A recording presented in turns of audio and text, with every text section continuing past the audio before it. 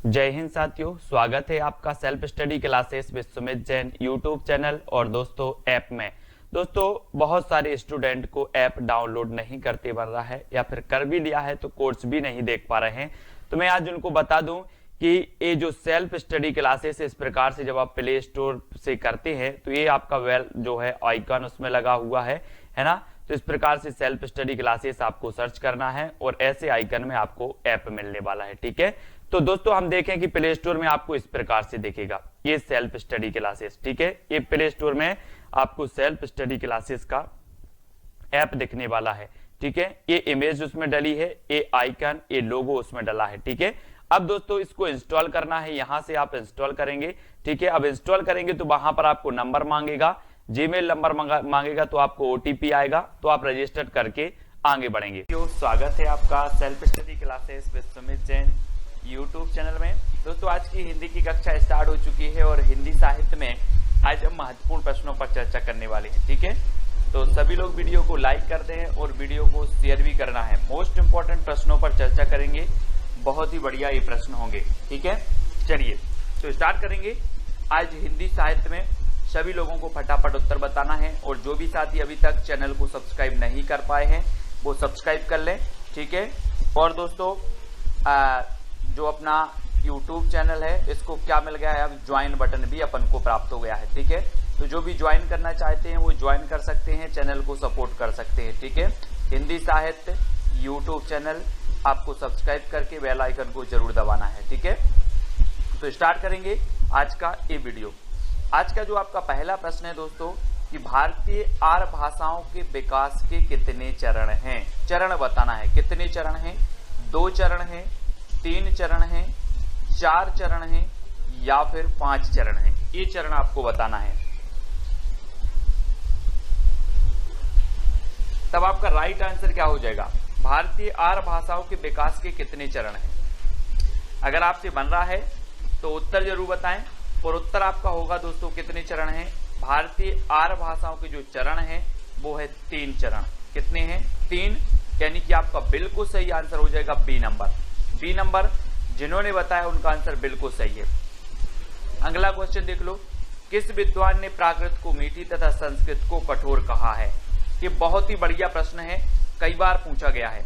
किस विद्वान ने प्राकृत को मीठी और संस्कृत को कठोर कहा है, जबकि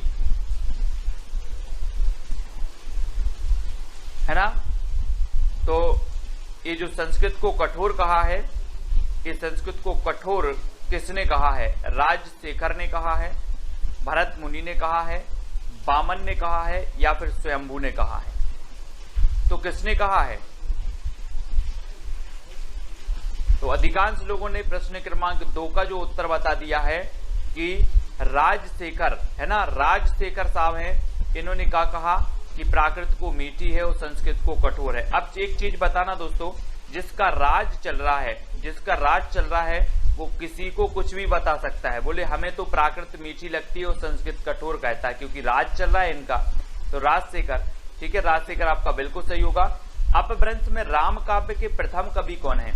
अपभ्रंश में राम काव्य के प्रथम कवि बताना है कौन है, ये चीज बतानी है। 4 विकल्प आपके सामने है, 4 में से आपको चयन करना है दोस्तों। और मैं आपको बता दूं कि जो यहाँ पर एक विकल्प देवसेन दिया है, ये देवसेन साहब की रचना है कौन सी, श्राप का 4, है ना, श्राप का 4 है। इसका रचना काल क्या है, 933 ईस्वी है।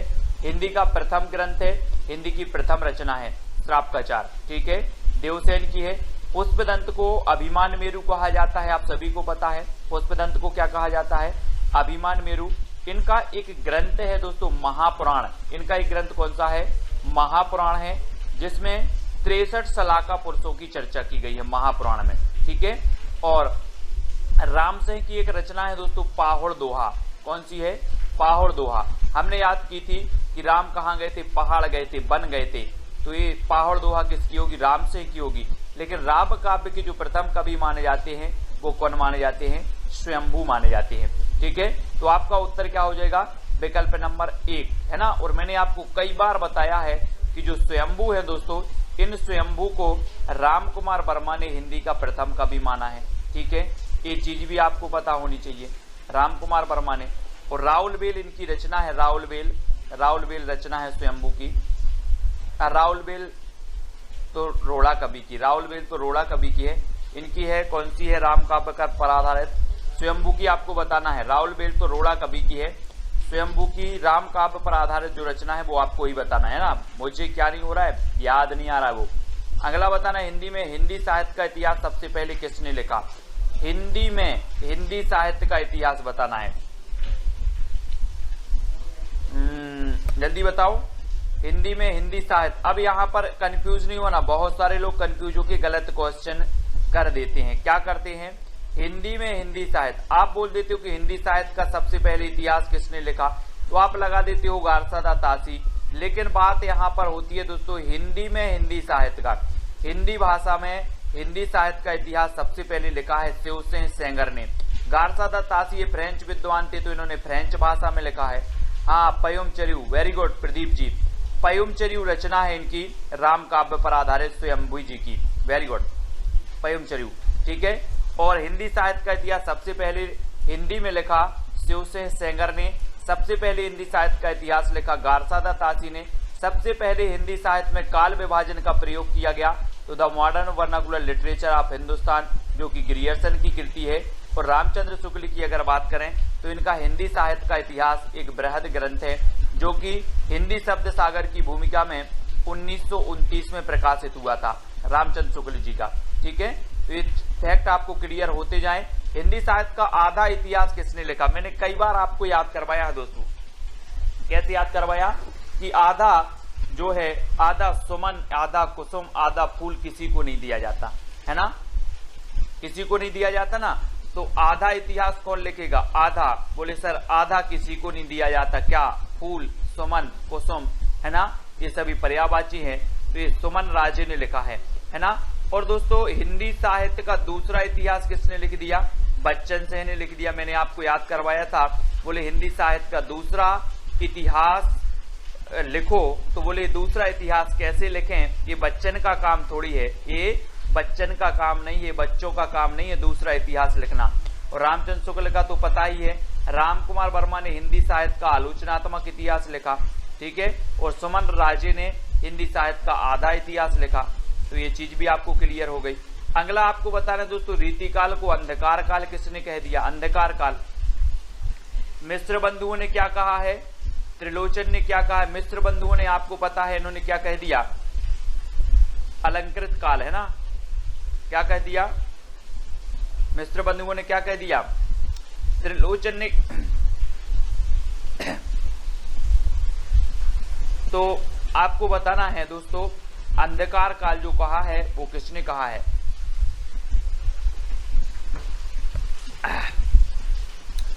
और अंधकार काल कहा किसने, त्रिलोचन साहब ने। बी नंबर आपका बिल्कुल सही हो जाएगा, ये रीति काल को, ठीक है, हाँ बी नंबर सही होगा। अगला बताओ, हिंदी साहित्य का संक्षिप्त इतिहास के लेखक कौन है, हिंदी साहित्य के संक्षिप्त इतिहास विश्वनाथ त्रिपाठी हैं, या फिर रामचंद्र शुक्ल हैं, बच्चन से हैं, या हजारी प्रसाद द्विवेदी हैं, कौन है, हाँ मिश्र बंधुओं ने अलंकृत काल कहा है, वेरी गुड। और संक्षिप्त, आप लोग संक्षिप्त के चक्कर में पड़े रहते हो कि बोले सर हिंदी साहित्य संक्षिप्त में पढ़ा दो, जो विश्व के लोग विश्व भर में क्या है संक्षिप्त पर पड़े रहते हो, यार विस्तृत कौन पढ़े, संक्षिप्त पढ़ लो, संक्षिप्त, है ना। तो विश्वनाथ त्रिपाठी संक्षिप्त इतिहास लिखा है इन्होंने हिंदी साहित्य का। हिंदी साहित्य का उद्भव, हिंदी साहित्य का आदिकाल, हिंदी साहित्य की भूमिका, ये सब हजारी प्रसाद द्विवेदी ने लिखी हैं। बच्चन सिंह ने तो बता दिया कि हिंदी साहित्य का दूसरा इतिहास लिख दिया। रामचंद्र शुक्ल ने हिंदी साहित्य का इतिहास लिखा है हिंदी शब्द सागर की भूमिका में, है ना।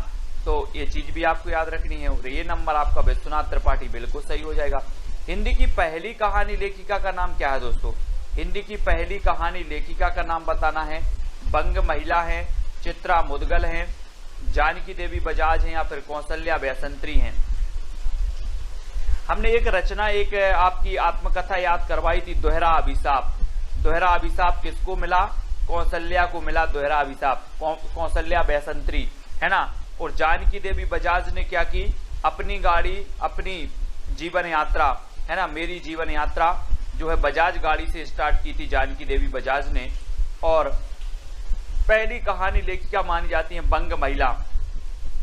बंग महिला यानी कि राजा बाला घोष, है ना। ये नंबर आपका बिल्कुल सही हो जाएगा। इनका उपनाम है बंग महिला, तो ये नंबर बिल्कुल सही है।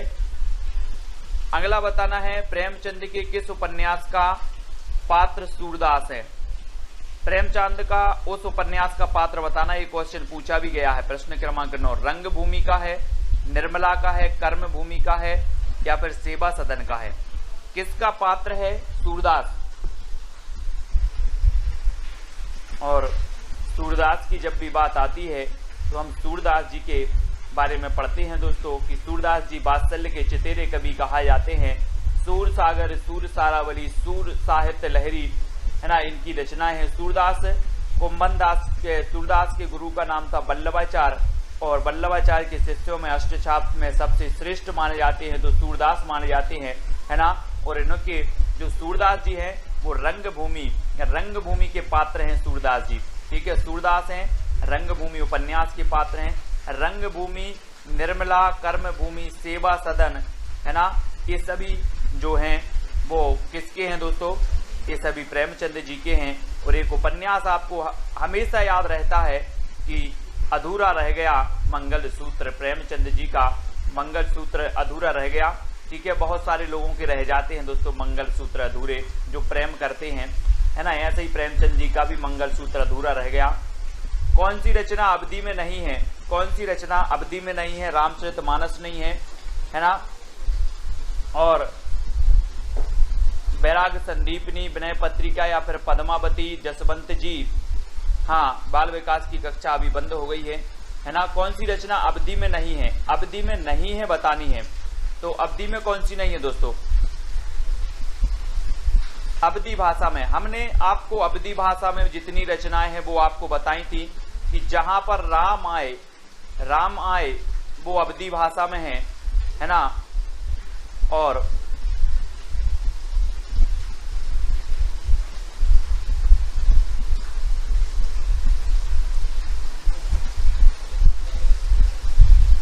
तो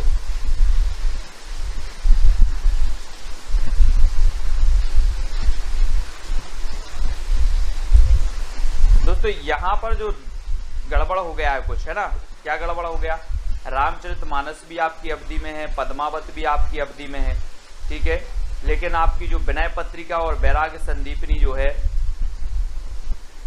ना, ये जो सी नंबर है और जो बी नंबर है ये तो ब्रज भाषा में है ना। तो विनय पत्रिका यहाँ पर हालांकि उत्तर दिया है सी नंबर विनय पत्रिका, ठीक है।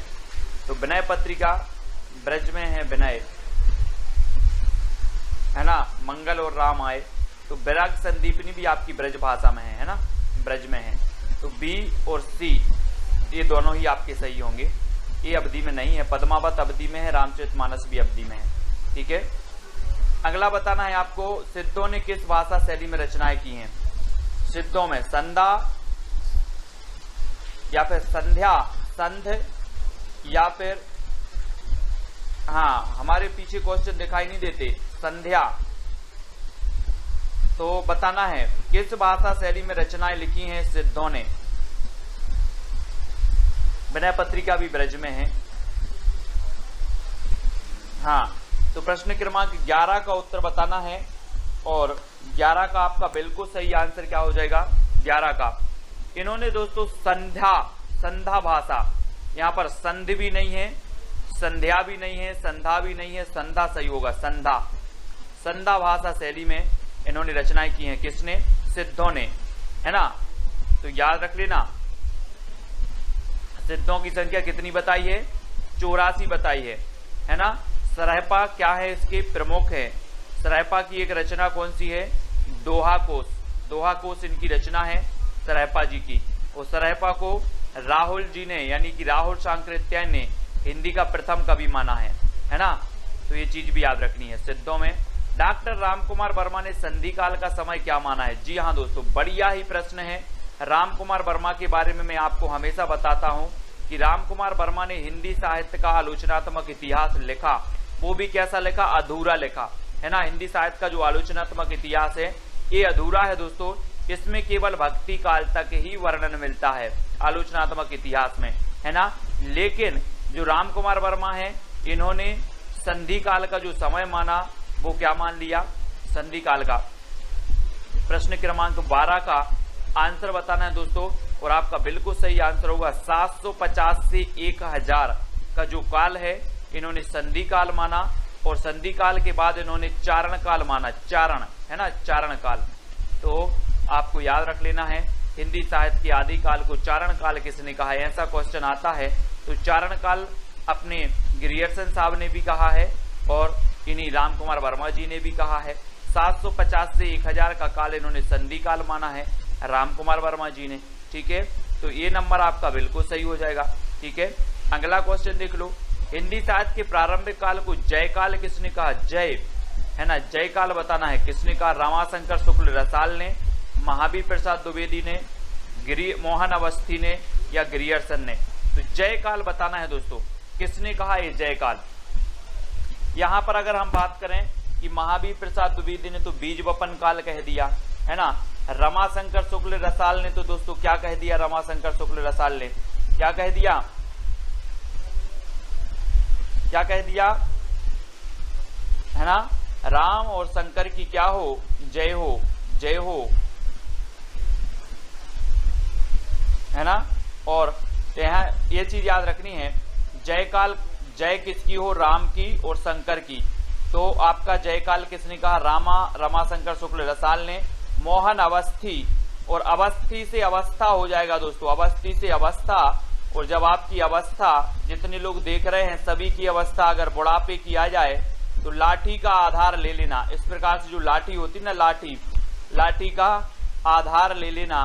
तो आधार काल कहा मोहन अवस्थी ने, है ना। बोले सर अवस्था हो गई है मेरी, अब मैं लाठी के आधार पर चलता हूं, आधार, तो अवस्था हो गई तो आधार लेना है, ठीक है। तो आधार काल इन्होंने कहा है मोहन अवस्थी जी ने, याद रखना है। अगला क्वेश्चन बताना है, घोटन रचना का संबंध किस विधा से है, घोटन, घोटन होने लगी किस विधा, आत्मकथा, रेखा चित्र, कहानी या फिर उपन्यास से। तो आत्मकथा भी आपने पढ़ी है, हिंदी की प्रथम आत्मकथा हम पढ़ते अर्धकथानक, अर्धकथानक बनारसी दास जैन की, ठीक है। और अर्धकथा हम पढ़ते हैं नगेंद्र की आत्मकथा, है ना। आत्मकथा हम नगेंद्र की पढ़ते हैं, अर्धकथा, और अर्धकथानक हम पढ़ लेते हैं किसकी, अर्धकथानक बनारसी दास जैन की, है ना। तो ये चीज भी आपको याद रखनी है। और जो घोटन रचना है ये किसकी है, आत्मकथा है, आत्मकथा की है ये, है ना। और 1 नंबर आपका बिल्कुल सही हो जाएगा, ठीक है। हाँ, मोहन का आधार कार्ड, मोहन का आधार कार्ड तो Aadhaar card, very good, very good. Om Prakash Valmiki, है ना, ओम प्रकाश वाल्मीकि, वाल्मीकि है, ये नंबर आपका बिल्कुल सही हो जाएगा, वेरी गुड। परवेज कुरैशी जी, ये ओम प्रकाश वाल्मीकि की क्या है, आत्मकथा है ना, घोटन। अगला देखो, गर्दिश के दिन, बहुत ही कई बार मैंने आपको बताया है ये गर्दिश के दिन ये आत्मकथा है, किसकी है, कितने पाकिस्तान, आपको पता है कितने पाकिस्तान एक रचना लिखी है, किसने लिखी है, किसने लिखी, कितने पाकिस्तान, कितने पाकिस्तान, मैंने आपको याद करवाया था। बोले सर पाकिस्तान कितने हैं,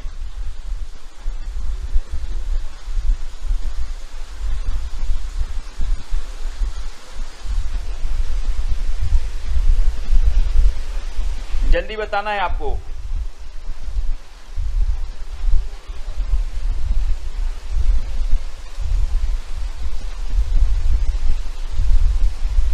गर्दिश के दिन आत्मकथा बताना है।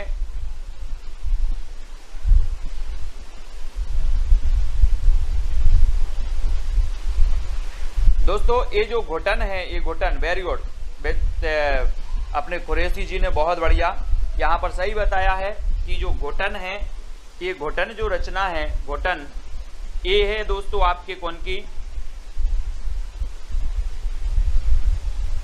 बहुत बढ़िया तरीके से बताया है अपने कुरैशी जी ने, बहुत बढ़िया, धन्यवाद, है ना।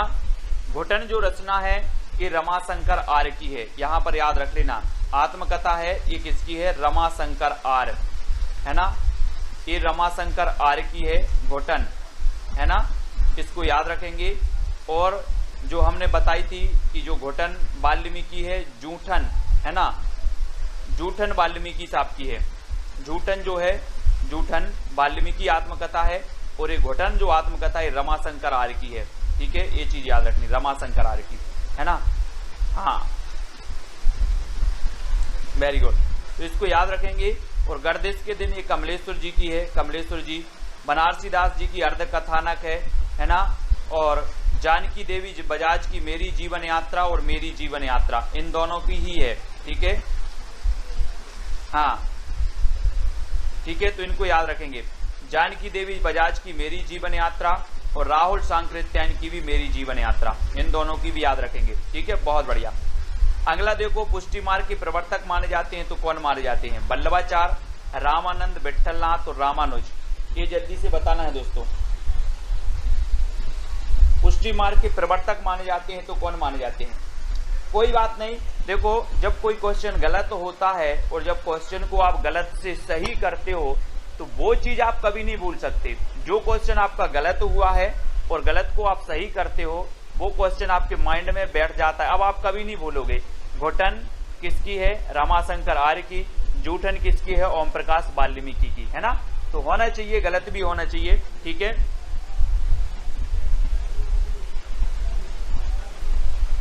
ठीक है, तो ये चीज भी आपको याद रखनी है।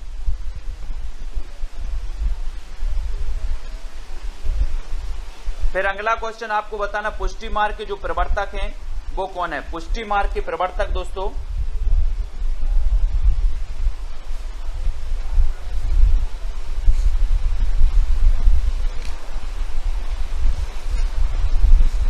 पुष्टि मार्ग के सभी लोग प्रवर्तक बताएंगे, सभी लोगों को पता है। और पुष्टि मार्ग के जो प्रवर्तक माने जाते हैं वो कौन माने जाते हैं, वल्लभाचार्य, है ना, वल्लभाचार्य, यानी कि आपका जो वल्लभाचार्य जी हैं ये नंबर आपका बिल्कुल सही हो जाएगा। पुष्टि मार्ग के प्रवर्तक हैं वल्लभाचार्य, ये नंबर, ठीक है,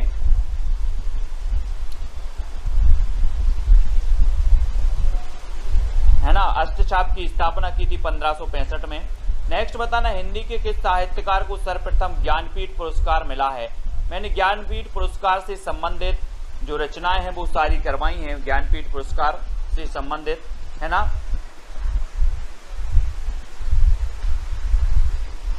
और सर्वप्रथम ज्ञानपीठ पुरस्कार किसे मिला ये चीज भी बतानी है। तो दोस्तों हम जब ज्ञानपीठ पुरस्कार पढ़ते हैं तो सर्वप्रथम हिंदी में जो ज्ञानपीठ पुरस्कार मिला वो 1968 में मिला चिदम्बरा के लिए सुमित्रानंदन पंत को, है ना, 72 में अपने दिनकर जी को मिल गया, उर्वशी, है ना, कैसे याद किया था कि दिन में बसी, दिन में उर्वशी, दिन में उर्वशी तो दिनकर, और 72 साल की हो गई उर्वशी, है ना, उर्वशी। महादेवी वर्मा जी की यामा, यामा के लिए मिला यानी 1982 में, ठीक है, और अज्ञेय के लिए मिला 1978 में मिल गया इन्हें, ठीक है, तो इनको सभी को याद रखना है। ये जो अपने ज्ञानपीठ पुरस्कार वाली रचनाएं थे, जो साहित्यकार थे वो भी आज के वीडियो में ही अपन ने याद किए हैं, है ना, तो ये तो सभी को याद हैं। शब्दार्थ शरीरम तावत्य काव्यम, ये परिभाषा किसने दी है, शब्दार्थ शरीरम तावत्य काव्यम, है ना, चिड़िया ने चीऊ किया, हाँ चीऊ किया, तो भामह, बामन, मम्मट, आनंदवर्धन, तो शब्दार्थ शरीरम तावत्य काव्यम ये जो परिभाषा दी है वो किसने दी है, और आपका बिल्कुल सही आंसर होगा। मैं आपको बता दूं दोस्तों, रीति संप्रदाय के प्रवर्तक कौन माने जाते हैं, बामन। ध्वनि संप्रदाय के जो प्रवर्तक माने जाते हैं वो आनंदवर्धन माने जाते हैं, और भामह माने जाते हैं अलंकार संप्रदाय के प्रवर्तक, ठीक है। और शब्दार्थ शरीरम तावत्य काव्यम, शब्दार्थ शरीरम तावत्य काव्यम आनंदवर्धन, है ना। और दोस्तों कोई अच्छी सी ध्वनि आपके शरीर में सुन जाए, आपके शरीर आपको सुन जाए तो आपके शरीर को क्या आ जाता है, आनंद आ जाता है शरीर को। तो यहाँ पर शरीरम, शब्दार्थ शरीरम तावत्य काव्यम, कोई अच्छे से शब्द बोल दें शरीर में आनंद आ जाता है ना, आनंद आ जाता, आनंद की अनुभूति हो जाती है। तो शब्दार्थ शरीरम तावत्य काव्यम ये आनंदवर्धन की परिभाषा है। हिंदी के प्रथम दैनिक समाचार पत्र का नाम बताना है दोस्तों। हिंदी का प्रथम दैनिक समाचार पत्र कौन है?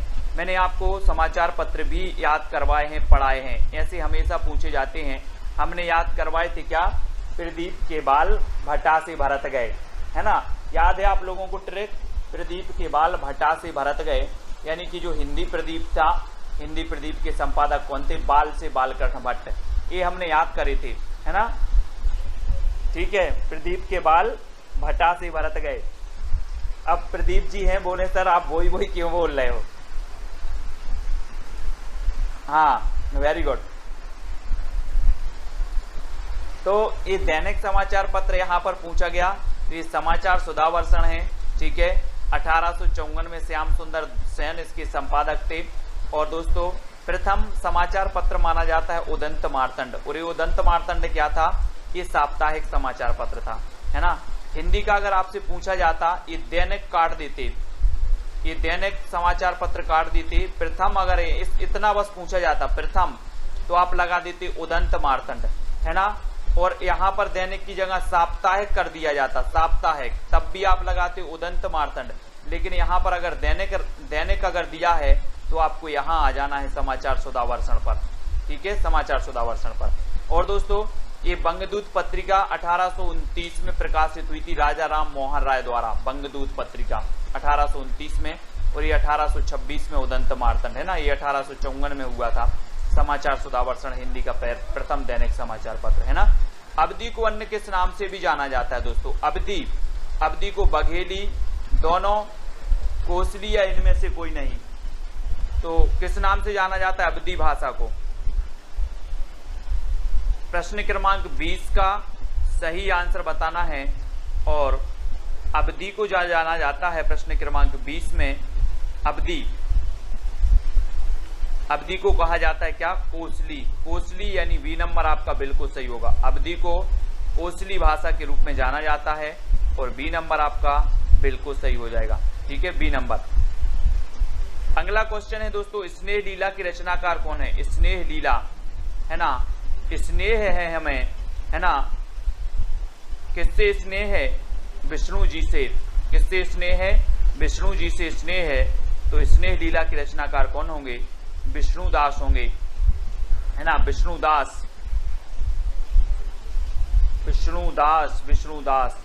तो विष्णुदास यानी सी नंबर स्नेह लीला के रचनाकार विष्णुदास जी हो जाएंगे।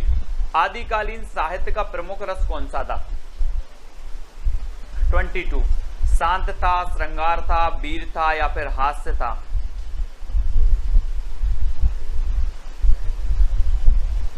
आदिकालीन साहित्य का प्रमुख रस कौन सा था?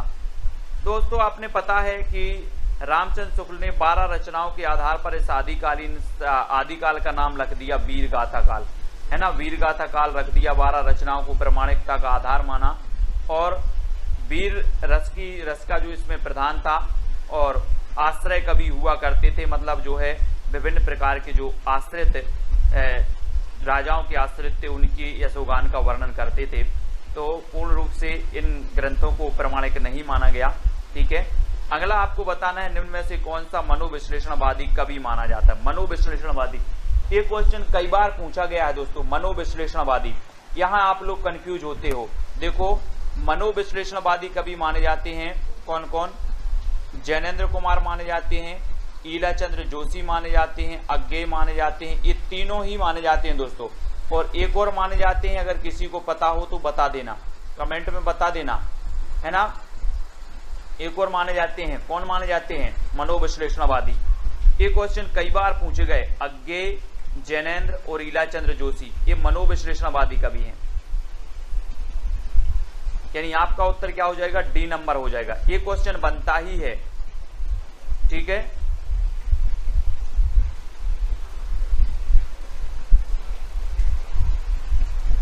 डॉक्टर देवराज, है ना, डॉक्टर देवराज जो हैं वो भी माने जाते हैं, डॉक्टर देवराज, ठीक है, याद रख लेंगे, वेरी गुड। परवेज खुरैशी जी, डॉक्टर देवराज भी मनोविश्लेषणवादी माने जाते हैं ना, तो ये चीज भी आपको याद रखनी है, बहुत बढ़िया।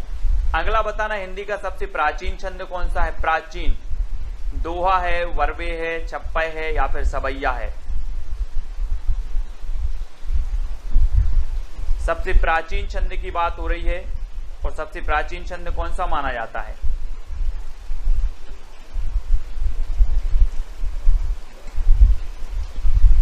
तब आपका बिल्कुल सही आंसर होगा दोस्तों कि छंद माना जाता है प्राचीन दोहा।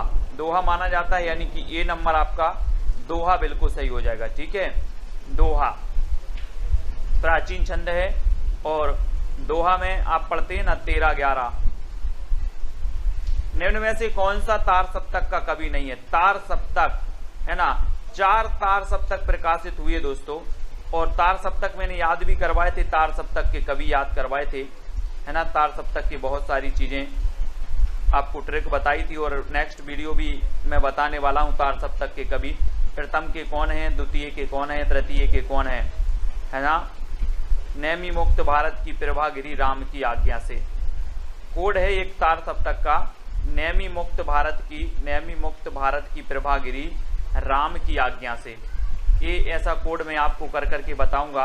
और तार सप्तक के नेमीचंद्र जैन भी हैं, मुक्तिबोध भी हैं, अज्ञेय भी हैं। तो कौन नहीं है? रामधारी से दिनकर साहब नहीं है। दिनकर यानी सी नंबर, ठीक है, दिनकर साहब नहीं है। रामायण महानाटक के रचयिता कौन है दोस्तों? ये 1610 का नाटक है। ये पूछा गया है LT ग्रेड में पूछा गया, यूपी LT ग्रेड में, है ना, कि रामायण महानाटक की रचना कौन है? ज्योतिश्वर ठाकुर हैं, नावादास हैं, प्राणचंद्र चौहान हैं, या फिर दामोदर कवि हैं। तो आपको पता है कि रामायण हमारी क्या है? प्राण है। तो रामायण महानाटक के रचयिता कौन होंगे? प्राणचंद्र चौहान, है ना। और एक रचना है वर्ण रत्नाकर। वर्ण काय में पढ़ना है? वर्णमाला या फिर वर्ण पढ़ना है हमें ज्योति में, अंधेरे में नहीं पढ़ना है, ज्योति में पढ़ना है। तो वर्ण रत्नाकर ज्योतिश्वर ठाकुर की है। भक्तमाल आपको पता है नावादास की है भक्तमाल, ठीक है। और दामोदर कवि की कौन सी है? दामोदर कवि की आपको बताना है कौन सी है, कमेंट में लिखो फटाक से। दामोदर कवि की रचना कौन सी है जो प्रसिद्ध है, पूछी जाती है?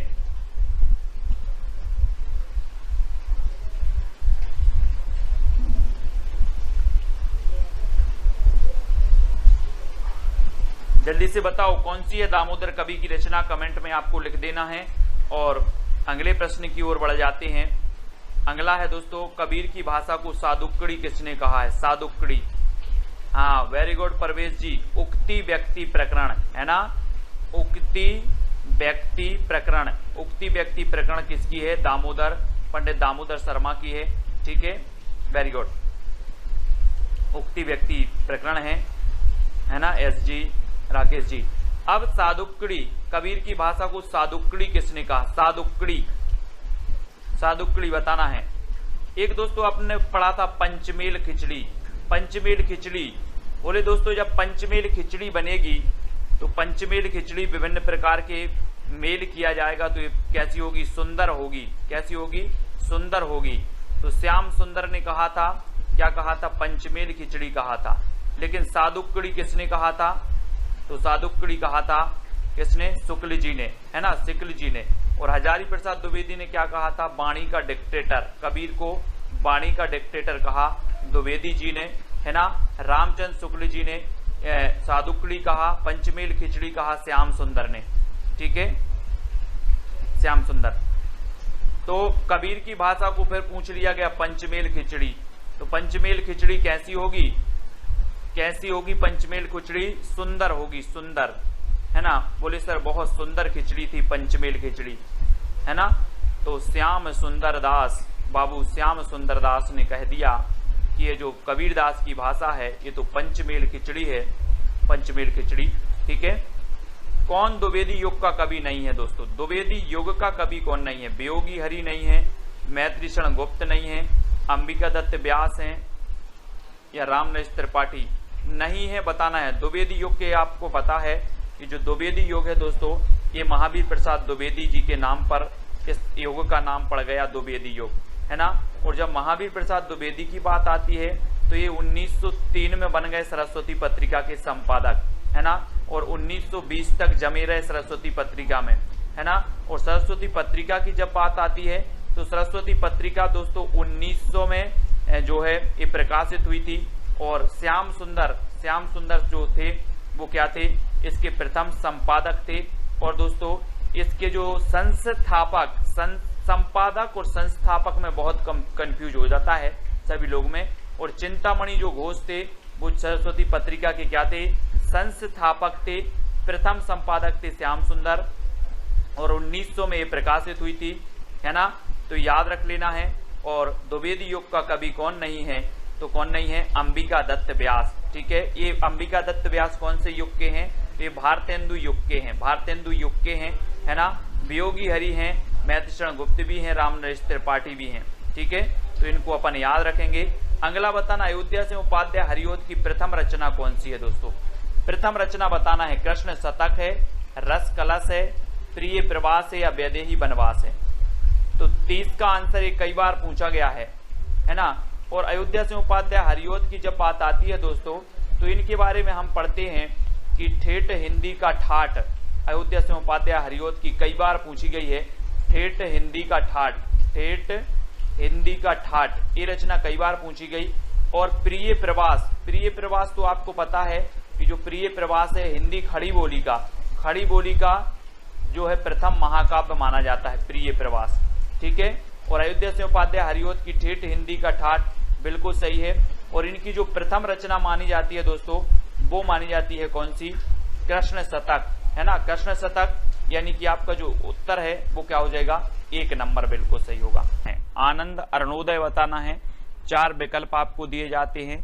सबसे पहला विकल्प आपका है जगमोहन सिंह की है, दूसरा भारतेंदु, तीसरा प्रेमघन और चौथा राधा कृष्ण दास की। तो किसकी रचना है दोस्तों आनंद अरुणोदय, ये हमें बताना है। और जो भी साथी सब्सक्राइब नहीं किए हैं वो सब्सक्राइब जरूर कर लेना। ठीक है, सभी लोग सब्सक्राइब कर लेना जितने भी साथी ने नहीं किया है। और जिन साथियों को क्या नहीं पहुंचती है, इन्फॉर्मेशन नहीं पहुंचती है, वो बेल आइकन को जरूर दबाएंगे। ठीक है, बेल आइकन को आपको जरूर दबाना है और ऑल पर क्लिक करना है बेल आइकन को दबाकर। और आज का जो पहला प्रश्न है कि दोस्तों अगर कोई प्रेम से बोल दे, प्रेम से अगर 2 शब्द बोल दे तो आपको क्या आ जाता है, बोले आनंद आ गया सब, है ना, आनंद आ गया। तो प्रेम घन, है ना, प्रेम घन, और प्रेम की अगर घन छा जाए तो आनंद आ जाता है ना। तो इसलिए सी नंबर आपका बिल्कुल सही हो जाएगा, सी नंबर, आनंद प्रेमघन।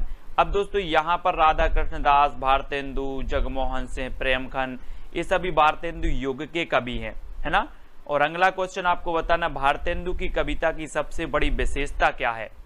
ब्रज और खड़ी बोली दोनों में काव्य रचना, प्राचीन और नवीन का समन्वय, या फिर प्राचीन व्यंग द्वारा अंग्रेजी शासन की निंदा, या फिर सांप्रदायिक कट्टरता का अभाव। तो भारतेंदु की कविता की सबसे बड़ी जो विशेषता है वो विशेषता क्या है। भारतेंदु जी के बारे में जब तक मैं आपको बता दूं कि इनका जन्म हुआ था 1850 में और 1885 में इनकी मृत्यु हो गई। ठीक है, किसकी, भारतेंदु जी की। भारतेंदु युग का नाम इन्हीं के नाम पर रखा गया, भारतेंदु युग। और इनका एक जो दोस्तों भारतेंदु मंडल था, भारतेंदु मंडल। और एक क्वेश्चन ऐसा भी पूछा जाता है कि भारतेंदु युग के सबसे वरिष्ठ जो कवि माने जाते हैं वो कौन माने जाते हैं, तो बालकृष्ण भट्ट। बालकृष्ण भट्ट सबसे वरिष्ठ माने जाते हैं जिनका जन्म हुआ था 1844 में। ठीक है, और बालकृष्ण भट्ट की जब बात आ ही गई है दोस्तों, तो हिंदी प्रदीप के संपादक थे बालकृष्ण भट्ट, है ना। तो याद रख लेना है, प्रदीप के बाल भट्टा से भरत गए, है ना। और भारतेंदु की कविता की सबसे बड़ी जो विशेषता थी कि व्यंग द्वारा अंग्रेजी शासन की निंदा, यानी कि आपका जो उत्तर है वो सी नंबर बिल्कुल सही हो जाएगा। व्यंग द्वारा अंग्रेजी शासन की निंदा, ये भारतेंदु युग की कविता की सबसे बड़ी विशेषता थी, यानी आपका उत्तर क्या होगा, सी नंबर। ठीक है, अगला बताना है कामायनी में श्रद्धा किसका प्रतीक है। अब दोस्तों कामायनी की यहाँ पर जब बात आ गई है तो कामायनी के बारे में भी जान लेते हैं। जब तक आप उत्तर का चयन करेंगे जब तक मैं आपको बता दूं कि कामायनी का जो सन माना जाता है, जो काल माना जाता है, प्रकाशन काल माना जाता है, वो 1935 माना जाता है। कामायनी 15 सर्ग हैं। कामायनी जयशंकर प्रसाद की रचना है। ठीक है, ये चीज भी आपको याद रखनी है, कामायनी किसकी है, जयशंकर प्रसाद की है। और दोस्तों इसमें श्रद्धा किसका प्रतीक है? एक क्वेश्चन कई बार आपसे पूछा गया है। तो कामायनी में जो श्रद्धा प्रतीक है वो हृदय का प्रतीक है। हृदय यानी कि उर में विराजमान उर का प्रतीक है, हृदय का प्रतीक है। और सी नंबर आपका बिल्कुल सही हो जाएगा, यानी कि जो सी नंबर है, जिन्होंने सी बताया उनका आंसर बिल्कुल सही है। और अगले क्वेश्चन की ओर बढ़ जाते हैं कि हिंदी में स्वच्छंद छंद की प्रथम प्रयोक्ता कौन है दोस्तों? स्वच्छंद छंद की प्रथम प्रयोक्ता बताना है। श्रीधर पाठक हैं, निराला हैं, राम नरेश त्रिपाठी हैं या फिर प्रसाद जी हैं। और आपको पता होगा कि दोस्तों जो अपने महावीर प्रसाद द्विवेदी थे, महावीर प्रसाद द्विवेदी, इन्होंने क्या किया कि ये संपादक थे कई के सरस्वती पत्रिका के। और जो छंद मुक्त रचना इनकी जो थी वो कौन सी थी? निराला जी की कौन सी थी? जूही की कली थी। और जूही की कली को प्रकाशित करने से मना कर दिया महावीर प्रसाद द्विवेदी ने। और फिर आगे चलकर ये जूही की कली जो रचना है बहुत ही प्रसिद्ध हुई और ये जो है दोस्तों प्रसिद्धि का आधार बनी निराला जी की। निराला जी यानी बी नंबर बिल्कुल सही है। ठीक है, इनका एक शोक गीत है दोस्तों, कौन सा? सरोज स्मृति। संसार का सबसे शोक गीत माना जाता है इनका, निराला जी का सरोज स्मृति। तो ये चीज भी आपको याद रखना है ना। और ठीक है, अगला पूछा जाता है कि छायावादी काव्य का रुद्र किसे कहा जाता है? रुद्र बताना है किसे कहा जाता है। 4 विकल्प में से आपको उत्तर बताना है। और सबसे पहले मैं आपको बता दूं कि जो महादेवी वर्मा है दोस्तों, महादेवी वर्मा के बारे में जान लेते हैं। सबसे पहला जो इनका फैक्ट आता है कि इन्हें क्या कहा जाता है? महादेवी वर्मा को आधुनिक मीरा कहा जाता है। ठीक है, दूसरा फैक्ट आपका आता है दोस्तों कि महादेवी वर्मा की जो यामा रचना है इसे 1982 में ज्ञानपीठ पुरस्कार मिला। ठीक है, और जो महादेवी वर्मा जी हैं ये छायावाद की आधार स्तंभ मानी जाती है। ठीक है, और महादेवी की रचनाएं हैं रश्मि, नीरजा, सरोज, ये सभी हैं। ठीक है, हाँ बेटी है सरोज स्मृति। और महादेवी वर्मा के बारे में तो हमने जान लिया, लेकिन जो रुद्र कहा जाता है वो किसे कहा जाता है? निराला जी को कहा जाता है। और दोस्तों इनकी एक रचना और पूछी जाती है, तोड़ती पत्थर, है ना।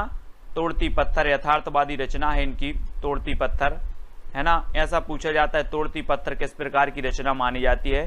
तो यथार्थवादी मानी जाती है। और पंत को प्रकृति का चितेरा कवि भी कहा जाता है, प्रकृति का चितेरा कवि।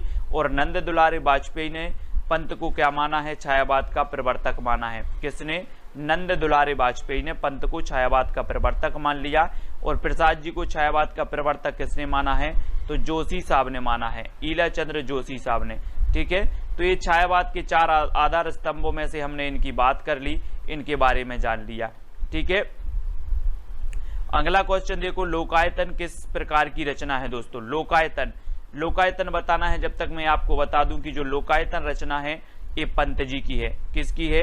पंत की। हाँ, राम की शक्ति पूजा भी इनकी लंबी कविताओं में से एक है, और निराला जी की। और लोकायतन बताना है तो लोकायतन ये पंत की रचना है। और एक किस प्रकार की है? प्रबंध काव्य है, मुक्तक है, गीति नाट्य है या फिर चंबू काव्य है? ये हमेशा आपसे पूछा गया है और आपका बिल्कुल सही आंसर होगा लोकायतन। और लोकायतन जो काव्य रचना है दोस्तों ये महाकाव्य है। किसका महाकाव्य है? लोकायतन पंत जी का है। बहुत ही बढ़िया हाँ, सजल गीतों की गायिका भी उन्हें कहा जाता है, महादेवी वर्मा जी को, है ना, सजल गीतों की गायिका।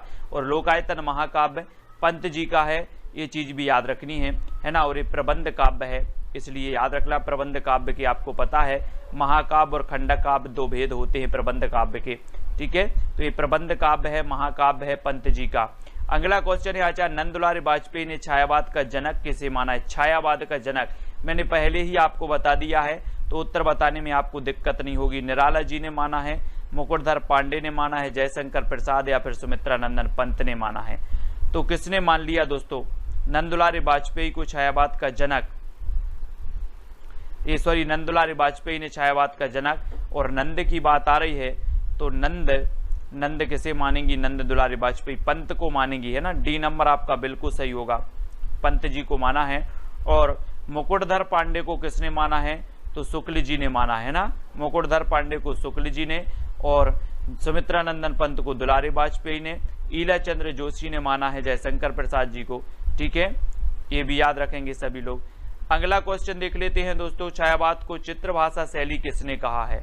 छायावाद को चित्र भाषा शैली किसने कहा है? रमाशंकर शुक्ल रसाल ने, रामचंद्र शुक्ल ने, या फिर नंदुलारे वाजपेयी ने, या सुमित्रा नंदन पंत ने। बहुत बढ़िया क्वेश्चन है और ये क्वेश्चन पूछा भी गया है दोस्तों कई बार।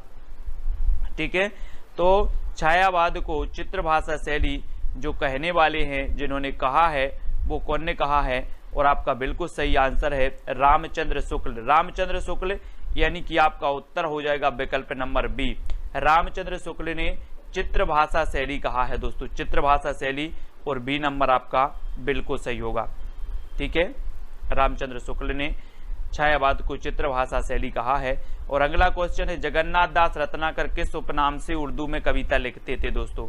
किस उपनाम से लिखते थे जगन्नाथ दास रत्नाकर? ये कई बार पूछा गया है दोस्तों। और जो वैद्यनाथ हैं, वैद्यनाथ, ये नागार्जुन लिखते थे वैद्यनाथ नाम से। ठीक है, नागार्जुन। और अपने जकी नाम से जो लिखते थे वो कौन लिखते थे? जकी। और जकी नाम से लिखते थे कौन? रत्नाकर जी, है ना। नवाब राय किसका नाम था? नवाब राय प्रेमचंद जी का। तो आपको याद रख लेना है कि रत्नाकर जी जकी उपनाम से लिखते थे। वैद्यनाथ उपनाम जो है नागार्जुन का वास्तविक नाम है। और दोस्तों कलाधर नाम से लिखते थे। कलाधर नाम से कौन लिखते थे? अपने जयशंकर प्रसाद लिखते थे। ठीक है, तो ये चीज आपको याद रखनी है। और आपका जकी बिल्कुल सही होगा, बी नंबर बिल्कुल सही हो जाएगा। ठीक है, अगला प्रश्न है, हिंदी का प्रथम सूफी कवि कौन है? सूफी कवि बताना है, यानी कि 39 का उत्तर बताना है। जायसी है, मुल्ला दाऊद है, नूर मोहम्मद है, या फिर मुल्ला बजी हैं। तो सूफी कवि कौन है यहाँ पर बताना है, प्रथम सूफी कवि। और प्रथम सूफी कवि में जब हम बात करते हैं कि प्रथम जो सूफी कवि हैं वो कौन है, और जायसी का एक प्रथम ग्रंथ है दोस्तों, कौन सा? पद्मावत। पद्मावत है। और ये दोस्तों आपको पता है प्रथम प्रमाणिक महाकाव्य माना जाता है पद्मावत। इस अवधी भाषा में लिखा हुआ है, मलिक मोहम्मद जायसी जी का है। ठीक है, ये चीज भी याद रखनी है। और सूफी कवि कौन है? तो सूफी कवि हैं प्रथम मुल्ला दाऊद है। मुल्ला दाऊद, यानी कि मुल्ला दाऊद की जो रचना है वो कौन सी है? चंदायन है, चंदायन। ठीक है, मुल्ला दाऊद की रचना चंदायन है। और प्रथम सूफी कवि माने जाते हैं मुल्ला दाऊद। तो बी नंबर आपका बिल्कुल सही हो जाएगा। नेक्स्ट बताना है, श्री गुरु ग्रंथ साहिब का संकलन किसने किया? गुरु ग्रंथ साहिब, ये बताना है दोस्तों। सिखों का एक बहुत ही बृहद ग्रंथ है गुरु ग्रंथ साहिब, और इसका संकलन किसने किया ये चीज बतानी है। और आपको पता है दोस्तों कि जो सिखों के प्रथम गुरु थे वो कौन थे? गुरु नानक देव थे। और 10वें गुरु जी जो थे वो कौन थे? गुरु गोविंद सिंह थे। ठीक है, लेकिन जो गुरु ग्रंथ साहब का संकलन किया था वो किसने किया था? तो वो किया था अर्जुन देव ने। अर्जुन देव, यानी कि बी नंबर आपका बिल्कुल सही हो जाएगा, बी नंबर। ठीक है, गुरु अर्जुन देव ने जो है संकलन किया था काय का? गुरु ग्रंथ साहब का, यानी बी नंबर बिल्कुल सही होगा। लखनऊ में प्रगतिशील लेखक संघ के अधिवेशन की अध्यक्षता किसने की थी दोस्तों? ये चीज आपको बतानी है। बहुत ही बढ़िया प्रश्न है और लखनऊ में बतानी है। तब आपका प्रगतिशील लेखक संघ की स्थापना कब हुई थी? ये चीज भी आपको बतानी है। प्रगतिशील लेखक संघ की स्थापना कब हुई थी? ये जल्दी से बताना है भारत में। और प्रगतिशील लेखक संघ की अध्यक्षता किसने की थी लखनऊ में? ये चीज भी बतानी है। तो मैं आपको बता दूं कि जो लखनऊ में प्रगतिशील लेखक संघ की स्थापना अध्यक्षता की थी वो प्रेमचंद जी ने की थी, यानी बी नंबर आपका बिल्कुल सही होगा। और ये स्थापना कब हुई थी दोस्तों प्रगतिशील लेखक संघ की? तो जल्दी से आप उत्तर बताएंगे कमेंट में। और अगले क्वेश्चन की ओर बढ़ जाते हैं कि खरोष्ठी लिपि की उत्पत्ति किससे हुई है? चित्रलिपि से हुई, सामी से हुई, ब्राह्मी, या फिर अरमेई की लिपि से हुई है? तो किस लिपि से हुई है? हाँ, वेरी गुड, 1936 आपका बिल्कुल सही है। अब आपको खरोष्ठी लिपि की उत्पत्ति बतानी है, किससे हुई है खरोष्ठी लिपि की उत्पत्ति?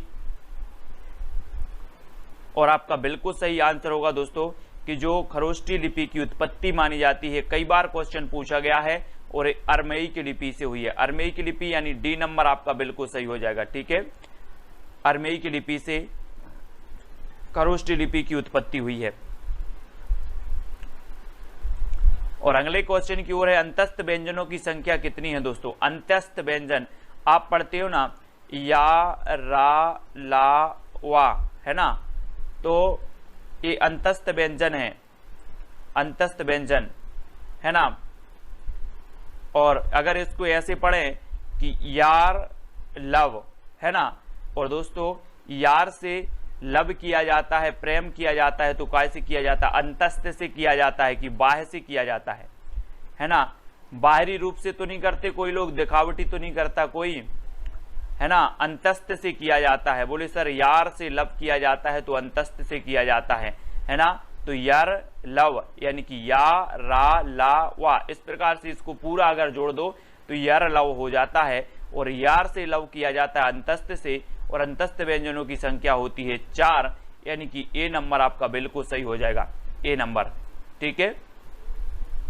और अगला दोस्तों है मानक हिंदी से क्या तात्पर्य है? साहित्यिक पुस्तकों की भाषा, साधारण बोलचाल की भाषा, केवल पढ़ाई लिखाई की भाषा, या शिष्ट और सुशिक्षित लोगों की भाषा। मानक हिंदी से क्या तात्पर्य है? मानक हिंदी यानी कि प्रश्न क्रमांक 44 का उत्तर बताना है, और 44 का आंसर क्या हो जाएगा? मानक हिंदी से क्या तात्पर्य है?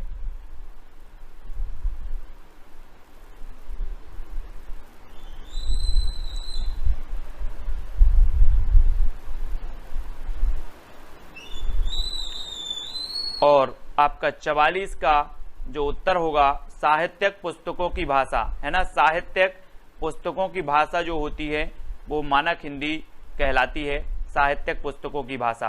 ठीक है, ए नंबर आपका बिल्कुल सही होगा यहाँ पर, साहित्यिक पुस्तकों की भाषा। और अगला क्वेश्चन है मेवाती किस उपभाषा की बोली है? मेवाती, मेवाती बतानी है दोस्तों। आपको पता है कि जो सौरसेनी अपभ्रंश से निकली है कौन सी? राजस्थानी, राजस्थानी निकली, पश्चिमी हिंदी, गुजराती, इस सौरसेनी अपभ्रंश से निकली हुई भाषाएं हैं। अब राजस्थानी की भी कुछ उपभाषा हैं, है ना। तो राजस्थानी की जो उपभाषा है वो कौन सी है? राजस्थानी की मेवाती, है ना। और मेवाती उत्तरी राजस्थानी कहलाती है, उत्तरी राजस्थानी, है ना। तो उत्तरी राजस्थानी यानी बी नंबर आपका बिल्कुल सही होगा। ठीक है, अगर आपसे पूछा जाए कि राजस्थानी भाषा की उत्तरी जो उपभाषा है वो कौन सी है, या मेवाती जो है राजस्थानी भाषा का कौन सा रूप है, तो उत्तरी रूप माना जाता है, उत्तरी यानी कि उत्तर में बोली जाती है मेवाती। ठीक है। संविधान के अनुच्छेद 351 में किस विषय का वर्णन है दोस्तों? संघ की राजभाषा का, उच्चतम न्यायालय की भाषा का, हिंदी के विकास के लिए निर्देश, या पत्राचार की भाषा का? किसका वर्णन है? यानी 46 का आंसर बताना है कि संविधान के अनुच्छेद 351 में किस विषय का वर्णन है। 4 विकल्प बताना है दोस्तों। और कल दोस्तों क्या है? रक्षाबंधन है। कल क्या है? रक्षाबंधन है। और रक्षाबंधन में सभी लोग बताएंगे कि क्लास को रखना है कि नहीं रखना है, या फिर कल रिवीजन करवा दें। रिवीजन यानी कि रिवीजन वाला वीडियो आपको डाल दूंगा, सुबह भी रिवीजन और शाम को भी रिवीजन। जो अपने ने ट्रिकी वीडियो पढ़े हैं ना, वो रिवीजन वीडियो कल आएंगे, तो जिसको टाइम मिले वो देख लेना, नहीं तो बाद में देख लेना। और 351 में जो विषय का वर्णन किया है वो हिंदी के विकास के लिए निर्देश दिए गए हैं, है ना। हिंदी के विकास के लिए निर्देश दिए गए, यानी सी नंबर आपका बिल्कुल सही होगा। ठीक है, 351 में सी नंबर आपका बिल्कुल सही हो जाएगा। और अगला है ग्वालियर की बोली क्या है दोस्तों? ग्वालियर, ग्वालियर बताना है।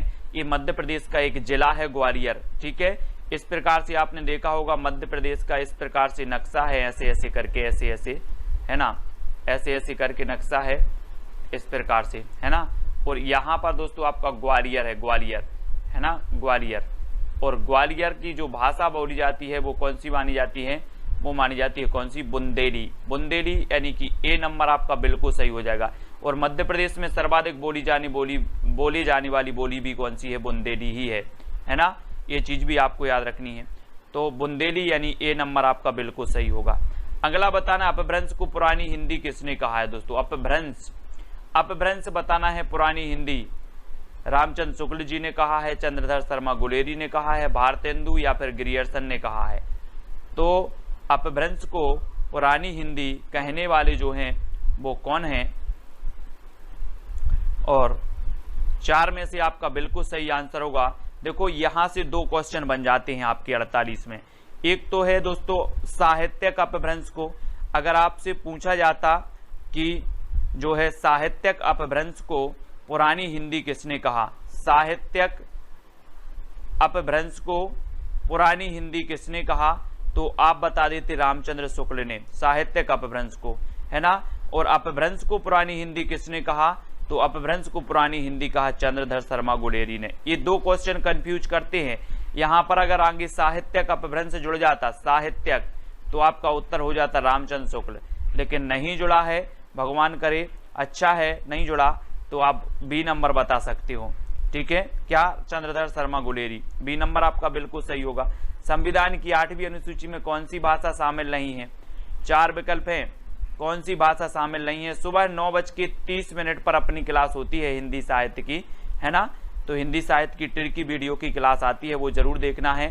और संविधान की 8वीं अनुसूची में जो भाषा शामिल नहीं है वो भाषा कौन सी है, बोडो है, भोजपुरी है, मैथिली है या फिर डोंगरी है। और आपको पता है दोस्तों कि जो भोजपुरी भाषा है, भोजपुरी, ये शामिल नहीं है, जबकि जो मैथिली है, मैथिली शामिल है ना, मैथिली भी है, डोंगरी भी है, बोडो भी है, लेकिन भोजपुरी ये 8वीं अनुसूची में शामिल नहीं है, यानी सी नंबर आपका बिल्कुल सही हो जाएगा। ठीक है, सी नंबर भोजपुरी। अगला क्वेश्चन आपको बताना है, मालती माधव किसकी रचना है। मालती माधव भवभूति की है, श्रीहर्ष की है, दंडी की है या फिर भारवी की है।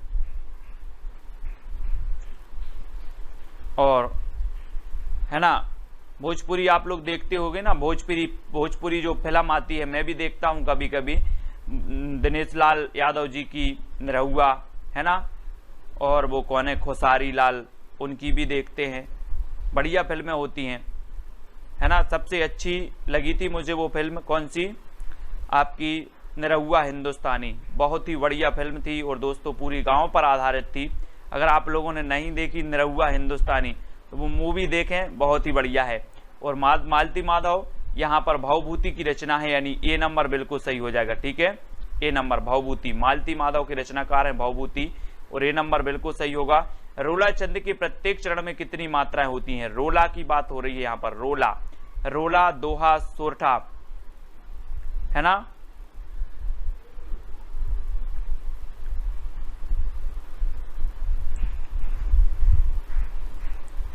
और आपका रोला छंद की प्रत्येक चरण में कितनी मात्राएं होती हैं ये आपको बतानी है। और रोला की जब बात आती है तो रोला में भी कितनी होती हैं, 24 होती हैं, सी नंबर। ठीक है, सी नंबर आपका 24 बिल्कुल सही हो जाएगा। रोला के प्रत्येक चरण में जो मात्राएं होती हैं वो होती हैं 24। और अगला क्वेश्चन है, निम्न में से किस कृति के लेखक नामवार से हैं, किस कृति के लेखक नामवार से हैं। आलोचना और काव्य, आस्था और सौंदर्य, दूसरी परंपरा की खोज या भाषा और समाज। तो किस आलोचना, किस कृति के लेखक माने जाते हैं नामवार से। आपने पढ़ी होगी दोस्तों कविता के नए प्रतिमान, कविता के नए प्रतिमान और नई कविता के प्रतिमान। कविता की नए प्रतिमान, ये किसकी है, कविता के नए प्रतिमान, नए यानी कि नामवार। ठीक है, तो कविता के नए प्रतिमान नामवार की है और नई कविता के प्रतिमान लक्ष्मी नारायण की है, लक्ष्मी नारायण शायद। तो नामवार जी की जो है वो कौन सी है, दूसरी परंपरा की खोज, दूसरी परंपरा की खोज, यानी यहां पर आपका उत्तर डी नंबर बिल्कुल सही होगा, डी नंबर। ठीक है, दूसरी परंपरा की खोज। द्वापर किसकी प्रसिद्ध कृति है, द्वापर, द्वापर बताना है, बहुत ही बढ़िया है। रामनरेश त्रिपाठी की तो मैंने आपको बताई थी कौन कौन सी है, मानसी, है ना, और कौन सी है, 2-3 रचना इनकी हमेशा पूछी जाती है रामनरेश त्रिपाठी की, है ना। और द्वापर बताना है तो द्वापर की रचनाकार तो कौन है, मैथिली शरण गुप्त जी हैं, मैथिली शरण गुप्त हैं, बी नंबर आपका यहाँ पर बिल्कुल सही होगा। द्वापर के रचनाकार कौन है, मैथिली शरण गुप्त। राष्ट्र कवि हैं, ये राष्ट्र कवि हैं दोस्तों। और इनके 2 उपनाम हैं, एक मधुप भी पूछा जाता है कि मधुप उपनाम से कौन लिखते थे, और एक इनका उपनाम है दद्दा, है ना, दद्दा। आपसे पूछा जाएगा कि दद्दा उपनाम किसका है, मधुप उपनाम किसका है, तो आपका उत्तर सीधा सीधा होगा मैथिली शरण गुप्त। ठीक है, दद्दा उपनाम और मधुप उपनाम है इनके, है ना। भाषा की प्रवृत्ति कैसी होती है, सरल से कठिन की ओर होती है, कठिन से सरल की ओर होती है, दोनों होती है, इनमें से कोई नहीं होती। तो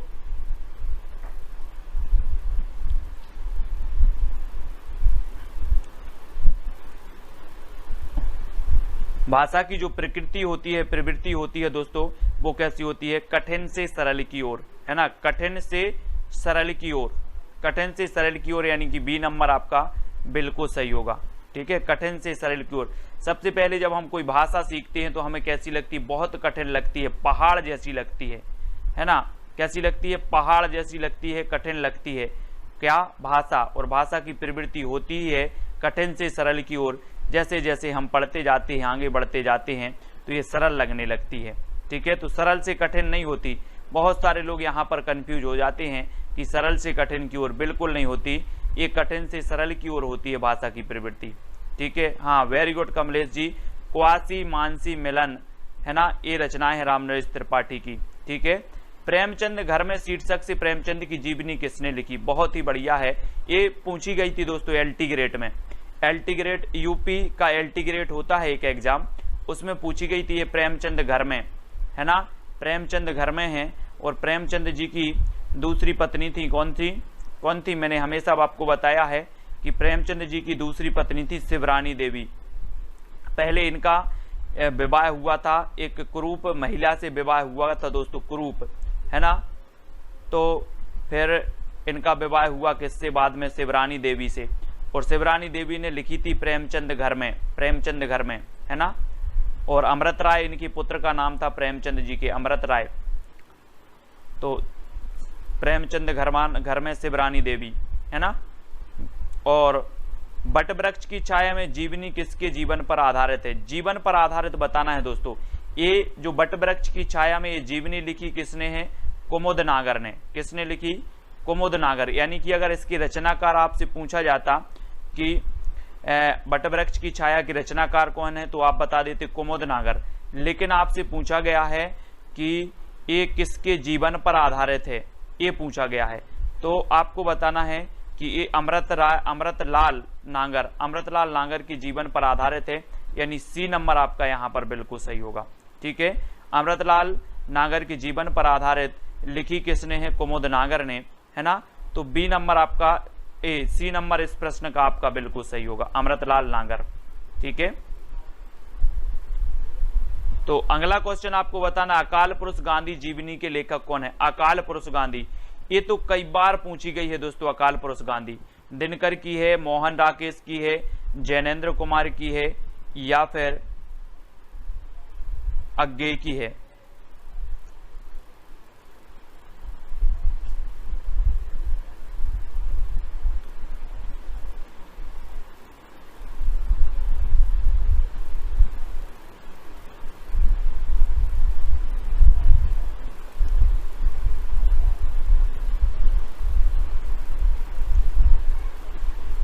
तो आपका बिल्कुल सही आंसर होगा जैनेन्द्र कुमार की, है ना।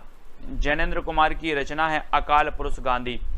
अकाल पुरुष गांधी, यानी डी नंबर आपका बिल्कुल सही होगा, जैनेन्द्र कुमार की है ना।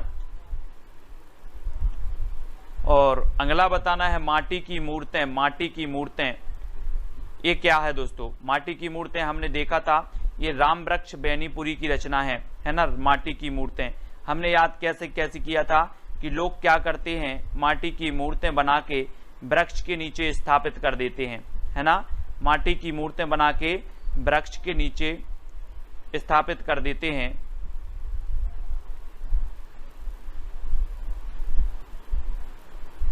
है ना। मिट्टी की बारात से उमंगल से सुमन की है।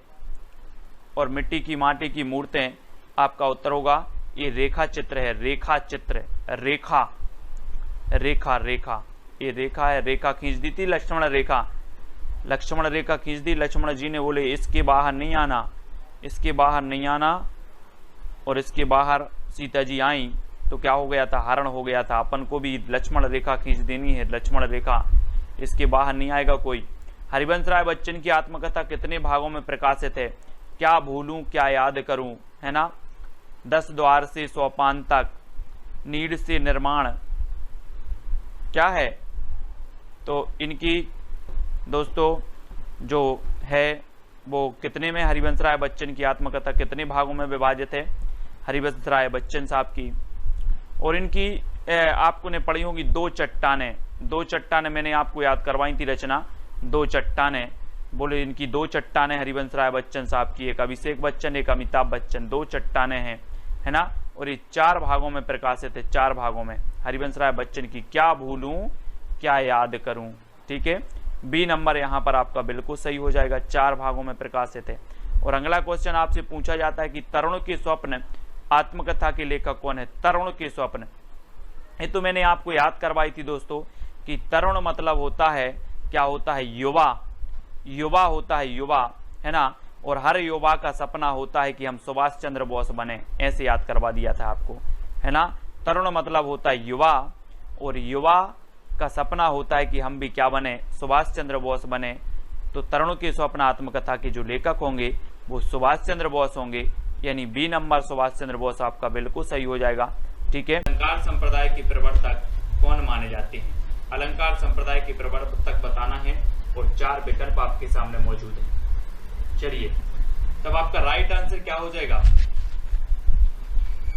आपके विकल्प हैं कुंतक, आचार्य भामह, क्षेमेंद्र या फिर आचार्य वामन। तो प्रश्न क्रमांक 61 में हमें उत्तर बताना था और अलंकार संप्रदाय हमसे पूछा गया। तो मैं आपको बता दूं दोस्तों कि जो आचार्य वामन हैं ये रीति संप्रदाय के प्रवर्तक माने जाते हैं। आचार्य कुंतक जो हैं ये वक्रोक्ति संप्रदाय के प्रवर्तक माने जाते हैं। और जो क्षेमेंद्र हैं ये औचित्य संप्रदाय के प्रवर्तक माने जाते हैं। और अलंकार संप्रदाय की जब बात आती है तो भामह को याद किया जाता है, यानी कि उत्तर आपका क्या होगा, विकल्प नंबर बी होगा। और जो भी दोस्तों ये जो मैंने पूरे संप्रदाय आपको ट्रिक से पढ़ाए हैं, सिद्धांत आपको ट्रिक से पढ़ाए हैं, दर्शन आपको ट्रिक से पढ़ाए हैं, ठीक है, तो वो वीडियो जरूर देखेंगे। और अगला क्वेश्चन आपसे पूछा जाता है कि माखनलाल चतुर्वेदी को किस रचना के लिए साहित्य अकादमी पुरस्कार मिला। जी हाँ दोस्तों, आपको बताना है कि कौन सी रचना के लिए माखनलाल चतुर्वेदी को जो है साहित्य अकादमी पुरस्कार मिला। और साहित्य अकादमी पुरस्कार दोस्तों हिंदी में सर्वप्रथम माखनलाल चतुर्वेदी को मिला। और इसकी रचना बतानी है कि वो रचना कौन सी है, और सन भी आपको याद करवाया था मैंने, वो सन कौन सा है वो भी आपको बताना है। तो हेमतरंगिणी के लिए मिला, हेमकिरीटिनी के लिए मिला, कला और बूढ़ा चांद के लिए मिला, आंगन के पार द्वार के लिए मिला। किसके लिए मिला माखनलाल चतुर्वेदी को साहित्य अकादमी पुरस्कार। और मैंने साहित्य अकादमी पुरस्कार वाली जो रचनाएं हैं दोस्तों पूरी की पूरी करवा दी हैं, है ना। और आपका बिल्कुल सही आंसर होगा कि जो हेमतरंगिणी इनकी रचना है वो आपका बिल्कुल सही है, ठीक है, हेमतरंगिणी। और दोस्तों ये हेमतरंगिणी के लिए माखनलाल चतुर्वेदी को 1955 में, है ना, बचपन से लेकर 55 तक हम माखन खाते हैं, माखन, तो 55 में इन्हें क्या मिला था, साहित्य अकादमी पुरस्कार मिला था, ठीक है। और कला और बूढ़ा चांद, कला और बूढ़ा चांद ये सुमित्रा नंदन पंत की है, सुमित्रा नंदन पंत की है कला और बूढ़ा चांद, सभी लोगों को पता है। और इन्हें 1960 में मिला था, 60 में, कला और बूढ़ा चांद के लिए, ठीक है, ये चीज भी आपको याद रखनी है। अगला है शब्दार्थौ काव्यम, यह परिभाषा किसने दी है। शब्दार्थौ काव्यम वामन ने दी है, मम्मट ने दी है, रुद्रट या फिर भामह ने दी है। किसने ये परिभाषा दी है, शब्दार्थौ काव्यम, काव्य की परिभाषा दी है, तो ये किसने दी है। बहुत ही बढ़िया परिभाषा है और सभी लोगों को बताना है। और आपका बिल्कुल सही आंसर जो होगा प्रश्न क्रमांक 63 का वो क्या हो जाएगा दोस्तों, आपका सही आंसर होगा शब्दार्थौ काव्यम। ये परिभाषा कई बार पूछी गई और कई बार पूछी गई तो वो रुद्रट की है, रुद्रट, है ना। कभी कभी दोस्तों आप ऐसे शब्द बोल देते हो, शब्द ऐसे बोल देते हो कि लोग कैसे हो जाते हैं, रुद्र, है ना, रौद्र हो जाते हैं, रौद्र, क्रोध आ जाता है। तो रौद्र नहीं होना है, ऐसे शब्दों का जो है नहीं बोलना है। तो शब्दार्थौ काव्यम शब्दों का अर्थ ही काव्य है, इस प्रकार से इन्होंने बताया। तो आपका बी नंबर बिल्कुल सही हो जाएगा, रुद्रट साहब का है। और अगला क्वेश्चन है, काव्य को 15वीं विधा मानने वाले जो विद्वान हैं वो विद्वान कौन से हैं दोस्तों। काव्य को 15वीं विधा मानने वाले विद्वान कौन से हैं। राजशेखर हैं, महावीर प्रसाद द्विवेदी हैं, या फिर आचार्य रामचंद्र शुक्ल हैं, या फिर आचार्य विश्वनाथ हैं। कौन है काव्य को 15वीं विधा मानने वाले ऐसे आचार्य कौन हैं, ये चीज बतानी है। बात कर लेते हैं रामचंद्र शुक्ल की। रामचंद्र शुक्ल की दोस्तों, तो रामचंद्र शुक्ल आपको पता है श्रेष्ठ आचार्य माने जाते हैं रामचंद्र शुक्ल जी, और इनके जो कथन है वो हर एग्जाम में 1-2 कथन आप अवश्य पूछे जाते हैं, ठीक है। और विश्वनाथ की बात करें दोस्तों कि हिंदी साहित्य का संक्षिप्त इतिहास इन्होंने ग्रंथ लिखा है विश्वनाथ जी ने, आचार्य विश्वनाथ ने। महावीर प्रसाद द्विवेदी की तो बात आपको निराली है कि महावीर प्रसाद द्विवेदी के नाम पर तो एक युग का नाम पड़ गया, द्विवेदी युग, ठीक है। और काव्य को 15वीं विधा जो माना है वो राजशेखर ने माना है, यानी आपका उत्तर ए नंबर बिल्कुल सही होगा। राजशेखर 15वीं विधा मानने वाले हैं काव्य को, और ये नंबर बिल्कुल सही होगा, और ये हमेशा एग्जाम में पूछा भी जाता है, ठीक है। आचार्य भरत ने सर्वप्रथम अपने नाट्य शास्त्र में कितने अलंकारों का उल्लेख किया है? दोस्तों अलंकारों का बताना है, प्रश्न क्रमांक 65 का उत्तर 65 का उत्तर क्या होगा? तो आचार्य भरत ने सर्वप्रथम अपने नाट्य शास्त्र में कितने अलंकारों का उल्लेख किया है? ये अलंकार बताना है दोस्तों, है ना। वैसे हम पढ़ लेते हैं शब्दार्थ, शब्दालंकार, अर्थालंकार, इनको पढ़ते हैं, लेकिन आपसे पूछा जाता है कि भरत मुनि ने, है ना, इन्होंने रस तो कितने रसों का वर्णन किया? 8 रसों का किया। लेकिन अब आपसे पूछा जाता है कि इन्होंने अलंकारों का कितना वर्णन किया है? तो खुशी शर्मा जी ने बिल्कुल सही आंसर बताया है कि 4 प्रकार के अलंकारों का इन्होंने उल्लेख किया, यानी कि जो विकल्प नंबर आपका ए है वो बिल्कुल सही हो जाएगा, ए नंबर, ठीक है। अगला बताना है दोस्तों, ध्वन्यालोक के टीकाकार कौन है? ध्वन्यालोक के टीकाकार बताना है, और ये जो ध्वन्यालोक है ये रचना किसकी है? आनंद वर्धन साहब की। लेकिन ध्वन्यालोक के जो टीकाकार हैं वो कौन है ना। औचित्य संप्रदाय अपन ने पढ़ा था क्षेमेंद्र, वक्रोक्ति संप्रदाय पढ़ लिया था कुंतक, है ना। और दोस्तों आपको बताना है कि ध्वन्यालोक के जो टीकाकार हैं वो कौन है? अभिनव गुप्त। अभिनव गुप्त यानी बी नंबर आपका बिल्कुल सही हो जाएगा, ठीक है। आनंद वर्धन की रचना है ध्वन्यालोक और इसके टीकाकार हैं अभिनव गुप्त, यानी बी नंबर आपका यहाँ पर बिल्कुल सही हो जाएगा। और नेक्स्ट है हिंदी का प्रथम गद्यकार कौन है दोस्तों? प्रथम गद्यकार बताना है, तो लल्लू लाल हैं, बालकर्ण भट्ट हैं, भारतेंदु हैं, या फिर महावीर प्रसाद द्विवेदी हैं। ये 4 विकल्प में से हमें चयन करना है कि हिंदी का प्रथम गद्यकार कौन माना जाता है। और प्रश्न क्रमांक 67 का आंसर बताना है। तब आपका बिल्कुल सही आंसर कौन सा हो जाएगा? और दोस्तों मैं आपको बता दूं कि अपना जो चैनल है इसे ज्वाइन बटन यूट्यूब द्वारा दिया गया है, और ज्वाइन बटन में क्या होता है दोस्तों, मैंने आपको कल भी बताया था कि इसमें 3 प्लान रखे गए हैं, सिल्वर प्लान, गोल्ड प्लान और डायमंड प्लान, ठीक है। सिल्वर प्लान अगर आप खरीदना चाहते हैं तो आपको 59 रुपए पे करना होता है, 59, जिसमें दोस्तों आपको सुविधाएं दी जाती हैं कि चैनल के द्वारा अगर दोस्तों आपको ऐसा कर दिया जाता है कि ये जो वीडियो है केवल हमारे जो YouTube मेंबर हैं वो ही देख पाएंगे, है ना। तो ऐसी सेटिंग कर दी जाती है और वो ही ज्वाइन मेंबर ही देख पाएंगे कुछ YouTube वीडियो, ठीक है। दूसरा, जो आप कमेंट करते हो आपका कमेंट बिल्कुल हाईलाइट दिखेगा, सबसे अलग कमेंट आपका दिखेगा। आपको इमोजी भी दिया जाएगा, जैसे स्टार इमोजी भी आपको दिया जाएगा। तो इस प्रकार से ज्वाइन बटन के ये 3-4 फायदे होते हैं। तो जो भी ज्वाइन बटन लेना चाहते हैं वो ज्वाइन बटन ज्वाइन कर सकते हैं, ठीक है। और हिंदी का प्रथम ग्रंथ कौन था? गद्यकार कौन थे? गद्यकार पूछे जाते हैं तो वो लल्लू लाल थे, यानी कि जो आ नंबर है वो बिल्कुल सही हो जाएगा, ठीक है। और इनकी एक रचना है दोस्तों, कौन सी? प्रेम सागर है, ये चीज भी आपको याद रखनी है, ठीक है। और अगला क्वेश्चन आपको बताना है, भुक्तिवाद की अवधारणा किसकी है? भुक्तिवाद बहुत ही बढ़िया प्रश्न है दोस्तों, और ये मम्मट की है, भट्ट लोलट की है, भट्ट नायक की है, या फिर आनंद वर्धन की है। तो भुक्तिवाद की जो अवधारणा है वो किसकी है? प्रश्न क्रमांक 68 में हमें उत्तर बताना है। और 68 में जो आपका बिल्कुल सही आंसर होगा वो कौन सा होगा? भुक्तिवाद की अवधारणा होती है, ये जो है वो किसकी है? भट्ट नायक की। हाँ, भट्ट नायक की है भुक्तिवाद, भट्ट नायक की है। बी नंबर आपका बिल्कुल सही हो जाएगा, भट्ट नायक, ठीक है, बी नंबर। और कुटज की रचयिता कौन है? कुटज की बताना है दोस्तों, हजारी प्रसाद द्विवेदी, विद्यानिवास मिश्र, रामचंद्र शुक्ल, या फिर भारतेंदु। तो कुटज के रचयिता कौन माने जाते हैं? 4 विकल्प है।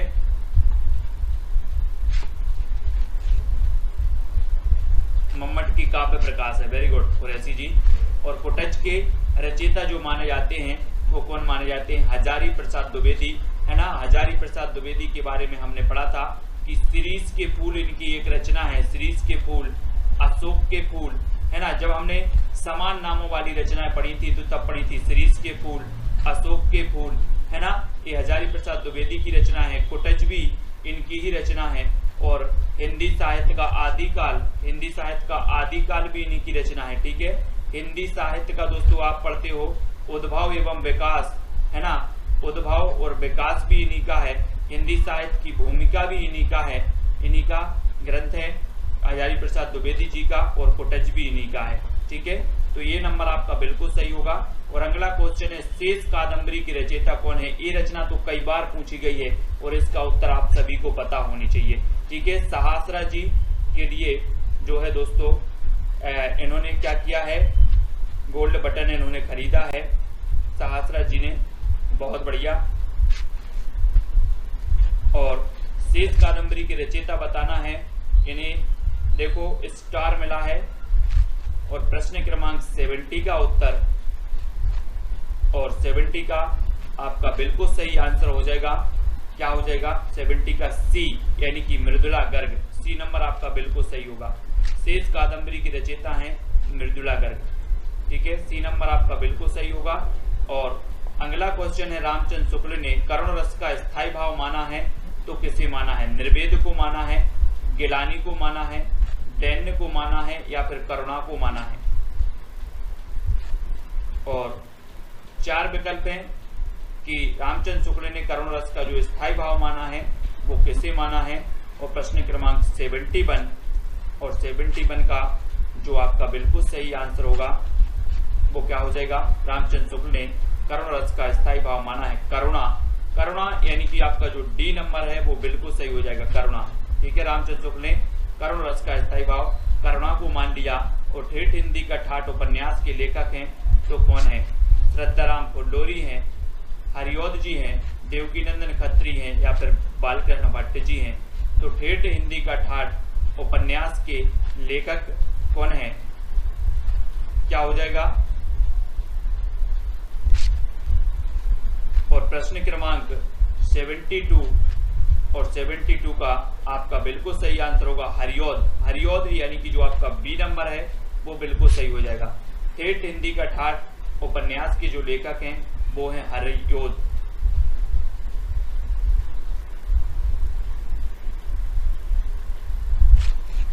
तो शेष कादंबरी अलका सराबगी की भी है, हाँ वेरी गुड उमा देवी जी, वेरी गुड, बहुत बढ़िया।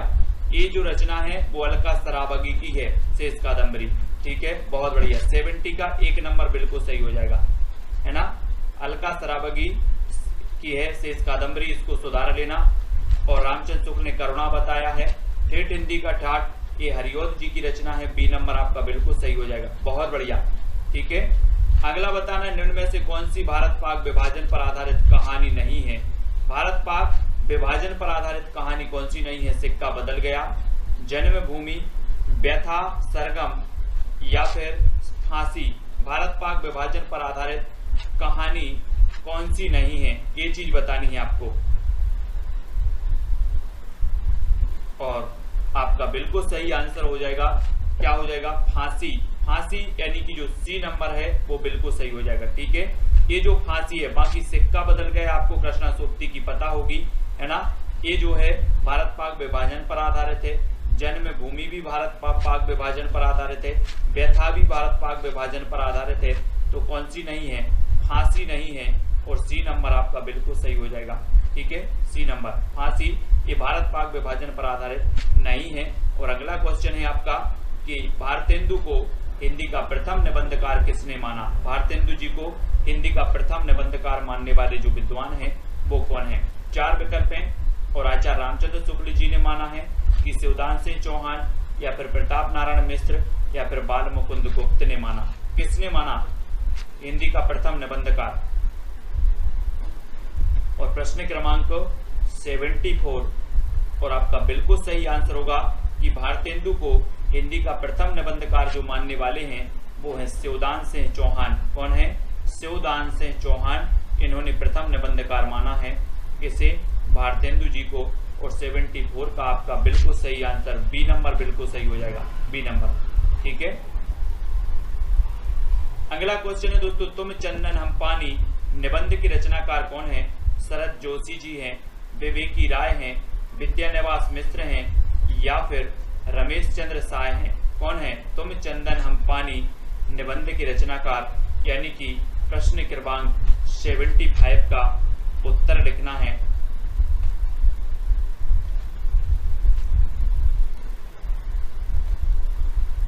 और तुम चंदन हम पानी जो निबंध के रचनाकार हैं वो है विद्यानिवास मिश्र।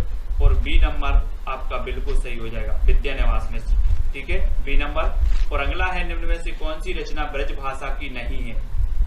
ब्रज भाषा की नहीं है तो कौन सी नहीं है? जानकी मंगल नहीं है, दोहावली, गीतावली या फिर कवितावली। तो कौन सी रचना ब्रज भाषा की नहीं है? यानी कि 77 का उत्तर बताना है। और 77 ब्रज भाषा की जो नहीं मानी जाती, गीतावली है, दोहावली है, कवितावली भी है ना। लेकिन यहाँ पर मंगल आया है, मंगल, तो मंगल आया है तो वो कौन सी हो जाएगी? ये अवधी भाषा में हो जाएगी। बाकी यहाँ पर ब्रज भाषा में नहीं पूछा गया तो नहीं है, तो कौन सी नहीं है? जानकी मंगल नहीं है। ठीक है, मंगल मंगल मंगल, जानकी मंगल। ठीक है। और ये खंड काव्य भी है। और यहाँ पर बताना कौन सा खंड काव्य है? खंड काव्य परवे रामायण, दोहावली, पार्वती मंगल या फिर विनय पत्रिका।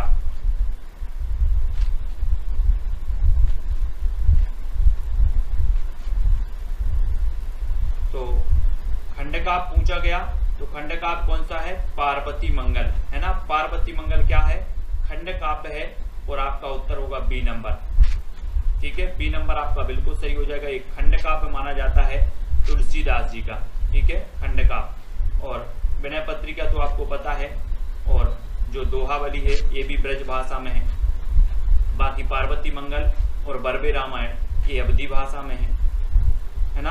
तुलसीदास की मैंने रचना याद करवाई है, कौन सा खंड काव्य है, कौन सा महाकाव्य है, कौन सी रचना अवधी में है, कौन सी ब्रज में है, ये याद करवाई है। तो वो वाला वीडियो जिसने भी नहीं देखा है वो जरूर देख रहे हैं। किस रचना को छायावाद का मैनिफेस्टो कहा जाता है? कई बार पूछा गया है दोस्तों प्रश्न, कई बार पूछा गया कि किस रचना को छायावाद का मैनिफेस्टो कहा जाता है? तुलसीदास जी को लोकायतन, पल्लव या फिर कामायनी।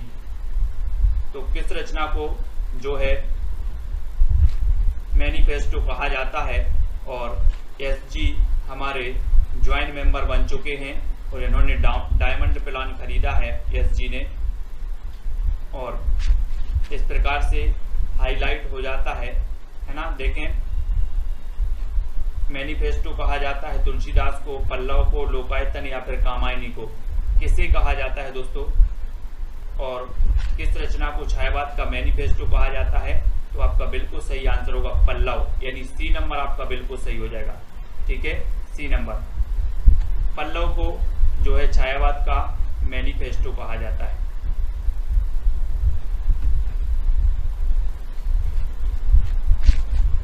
पल्लव आपका बिल्कुल सही हो जाएगा, पल्लव।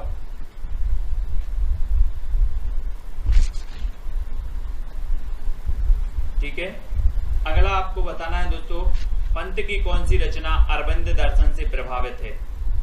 पंत की रचना बतानी है, कौन सी है अरविंद दर्शन से प्रभावित? स्वर्ण किरण है, युगवाणी है, पल्लव है या फिर युगांत है? कौन सी रचना अरविंद दर्शन से प्रभावित है? और प्रश्न क्रमांक 80 का उत्तर बताना है। बहुत ही बढ़िया रचना है अरविंद दर्शन। और अरविंद दर्शन से जो प्रभावित है वो कौन सी है? स्वर्ण किरण। स्वर्ण किरण यानी कि ए नंबर, ये पूछी जाती है दोस्तों। आपको पता है कि स्वर्ण किरण हो, पल्लव हो, युगांत हो या फिर युगवाणी हो, है ना। ये दोस्तों आपकी क्या है? ये रचनाएं पूछी जाती हैं।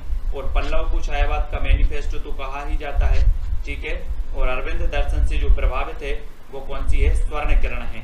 ये नंबर एक कई बार पूछा गया है, ठीक है।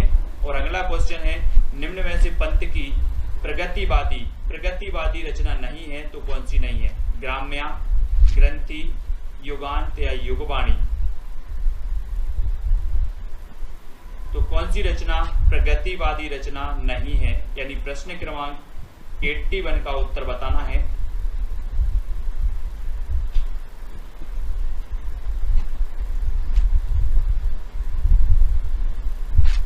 दोस्तों आपको पता होगा कि जो पंत थे सुमित्रानंदन पंत, इन्होंने एक रचना लिखी थी कौन सी, युगांत। और युगांत रचना के माध्यम से इन्होंने छायावाद का अंत किया, यानी कि छायावाद का युग का अंत हुआ युगांत से।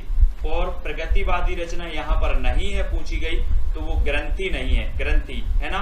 और एक पूछा जाता है कि किस रचना से छायावाद का युग का अंत माना जाता है, तो युगांत से माना जाता है। वैसे युग का अंत तो है ही, और युगांत जो रचना है ये पंत की है ना। ग्राम्या, युगांत, युगवाणी ये रचना किसकी है दोस्तों, ये प्रगतिवादी मानी जाती हैं। बाकी ग्राम्या की अगर बात करें, ग्रंथि की बात करें तो ये छायावादी मानी जाती है, ठीक है। तो ये चीज आपको याद रखनी है। और अगला है, निम्न में से पंत की छायावादी रचना नहीं है तो कौन सी नहीं है। पंत की छायावादी रचना बतानी है, तब युगवाणी नहीं है, गुंजन नहीं है, वीणा या फिर पल्लव नहीं है, यानी कि 82 का आंसर बताना है। और 82 में आपका छायावादी रचना हमने अभी पढ़ा है कि वीणा भी है, पल्लव भी है, गुंजन भी है, लेकिन कौन सी नहीं है, युगवाणी। युगवाणी यानी कि जो आपका ए नंबर है युगवाणी, वो बिल्कुल सही हो जाएगा, ए नंबर, ठीक है। ए नंबर आपका सही होगा। और अगला क्वेश्चन है दोस्तों, बादल को निराला ने बादल राग में किसका प्रतीक माना है। बहुत ही बढ़िया है यशवंत जी, क्वेश्चन बताना है आपको कि बादल को निराला ने बादल राग में किसका प्रतीक माना है। शोषक का, पूंजीपति का, क्रांति दूत का या फिर शोषण का। बादल को निराला ने बादल राग में किसका प्रतीक माना है। और बहुत ही बढ़िया है दोस्तों, आपने निराला जी की पढ़ी होगी यथार्थवादी रचना तोड़ती पत्थर, है ना। संसार का सबसे शोक गीत पना होगा सरोज स्मृति, है ना। और दोस्तों यहाँ पर बादल राग माना है, तो बादल राग में किसका प्रतीक, तो क्रांति दूत का प्रतीक माना है। क्रांति दूत यानी कि डी नंबर आपका बिल्कुल सही होगा। क्रांति दूत का प्रतीक मानने वाले हैं तो वो है निराला जी बादल राग को। हिंदी का पहला उपन्यास आचार्य रामचंद्र शुक्ल ने कौन सा माना है। बहुत ही बढ़िया प्रश्न है दोस्तों, है ना। ये क्वेश्चन पूछा जाता है आपसे, कैसा पूछ लिया गया। सबसे पहली बात तो हिंदी का पहला उपन्यास पढ़ा होगा आपने, परीक्षा गुरु को। लेकिन अब आपसे अगर पूछ लिया गया कि रामचंद्र शुक्ल ने कौन सा माना है, तो आप कंफ्यूज हो जाते हो हमेशा। तो आप याद रख लेना कि हिंदी का प्रथम उपन्यास परीक्षा गुरु को रामचंद्र शुक्ल ने ही माना है। किसने माना है, रामचंद्र शुक्ल ने ही माना है। तो आपका उत्तर हो जाएगा परीक्षा गुरु, और ए नंबर आपका बिल्कुल सही हो जाएगा, ठीक है। ए नंबर, परीक्षा गुरु आपका ए नंबर बिल्कुल सही होगा। और अगला क्वेश्चन देख लेते हैं कि प्रथम विश्व हिंदी सम्मेलन कहाँ हुआ था। कहाँ हुआ था, मॉरिशस में, नागपुर में या फिर भोपाल या फिर नई दिल्ली में। प्रथम विश्व हिंदी सम्मेलन बताना है दोस्तों, ये कहाँ पर हुआ था। और मैं आपको बता दूं कि ये जो प्रथम हिंदी सम्मेलन हुआ था, ये हुआ था प्रथम कहाँ पर, नागपुर में। कहाँ पर हुआ था, नागपुर। और आपका उत्तर होगा विकल्प नंबर सी, ठीक है। सी नंबर आपका बिल्कुल सही होगा।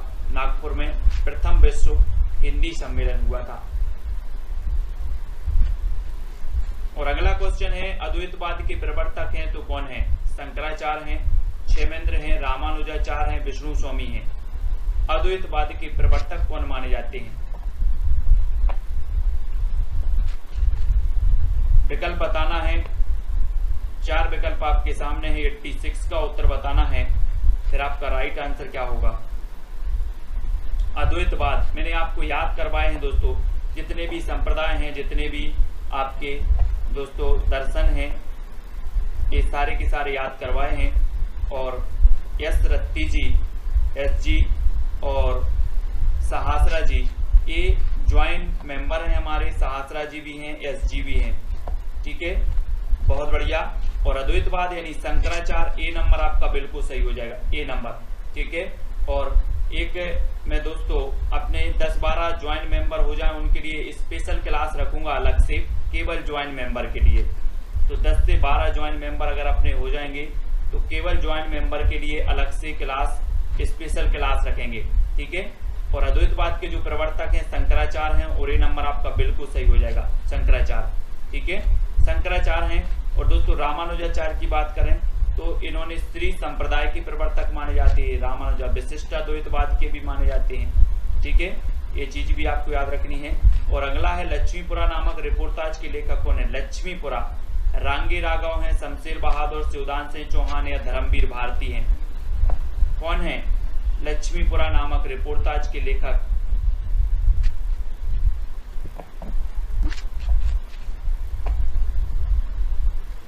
और प्रश्न क्रमांक 87 और 87 का आपका बिल्कुल सही होगा लक्ष्मीपुरा।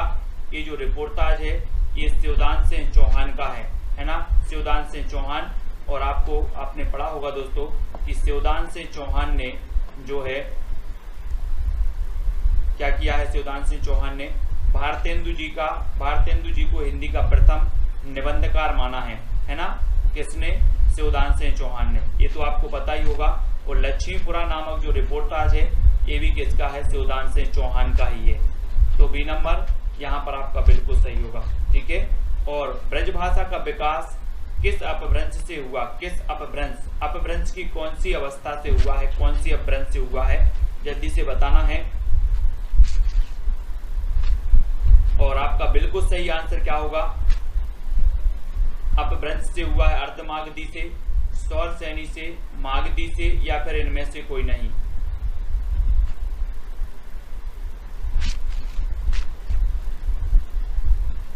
शमशेर को कहा जाता है कवियों का कवि, हाँ, लेकिन यहां पर आपका सही होगा कि जो ब्रज भाषा है दोस्तों, ब्रज भाषा ये पश्चिमी हिंदी की भाषा है, पश्चिमी हिंदी की, है ना। और ब्रज भाषा का विकास अपभ्रंश की सौरसेनी से हुआ है ना, सौरसेनी से। तो आ नंबर आपका, सी नंबर आपका बिल्कुल सही होगा, सी नंबर, ठीक है। नेक्स्ट है कौन सी रचना आदिकाल की नहीं है? आदिकाल की कौन सी नहीं है? रामचंद्रिका, पदावली, दोहा कोश या फिर पृथ्वीराज रासो? कौन सी रचना आदिकाल की नहीं है?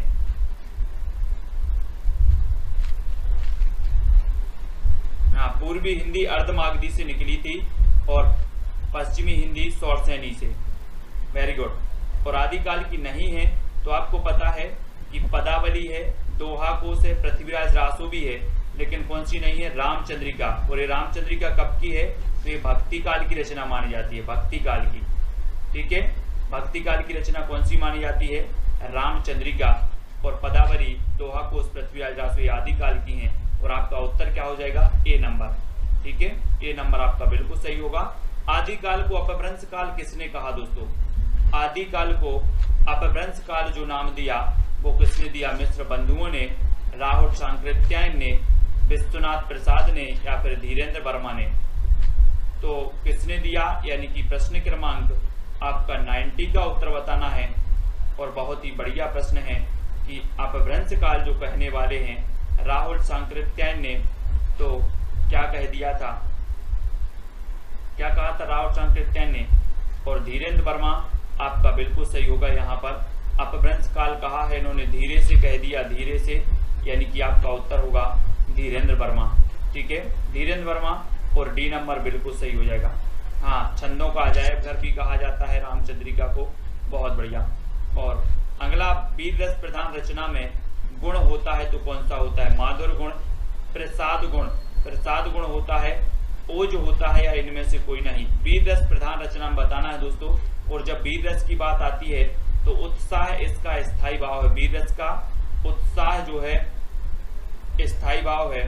और आपको पता है दोस्तों कि रीति काल में वीर रस में रचना करने वाला एकमात्र कवि था भूषण, है ना। और भूषण के कुछ वास्तविक नाम था क्या? घनश्याम। और मनीराम भी था इनका, मनीराम, ठीक है, मनीराम भी था। तो हाँ, सिद्ध सामंत योग कहा। और वीर रस प्रधान जो रचना में गुण होता है तो वो होता है ओज गुण। ओज यानी बी नंबर आपका बिल्कुल सही होगा, ओज गुण। ठीक है, अगला है छायावाद की मूल चेतना किस शब्द समूह से अधिक व्यक्त होती है? किस शब्द समूह से अधिक व्यक्त होती है? स्वानुभूति की विवृत्ति, प्रकृति का मानवीकरण, सौंदर्य का साधन या व्यक्त सत्ता का प्रत्यक्षीकरण। तो राइट आंसर छायावाद की मूल चेतना किस शब्द समूह से अधिक व्यक्त होती है? तो किससे होती है, यानी कि 92 का उत्तर बताना है। और 92 का आपका बिल्कुल सही होगा, प्रकृति का मानवीकरण, यानी बी नंबर आपका बिल्कुल सही हो जाएगा। छायावाद में दोस्तों प्रकृति का मानवीकरण किया गया और छायावाद की मूल चेतना जिस शब्द से व्यक्त होती है वो है प्रकृति का मानवीकरण, और बी नंबर आपका बिल्कुल सही हो जाएगा। ठीक है, बी नंबर। अगले क्वेश्चन की ओर बढ़ते हैं। 84 वैष्णव की वार्ता किसकी रचना है? आपने पढ़ा होगा दोस्तों 252 वैष्णव की वार्ता और 84 वैष्णव की वार्ता, है ना, ये दोनों ही रचनाएं हैं, तो वो किसकी हैं?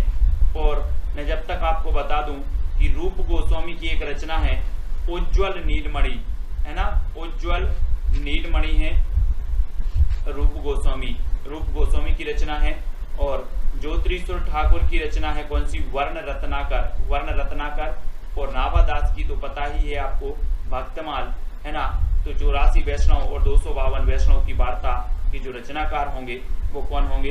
गोकुलनाथ, यानी बी नंबर आपका बिल्कुल सही होगा, गोकुलनाथ। ठीक है, और अगला है अवध विलास की रचनाकार कौन है? अवध विलास प्राणचंद्र चौहान है, लालदास हैं, विद्यानिवास मिश्र हैं या फिर भारतेंदु हैं, यानी कि 94 का आंसर बताना है।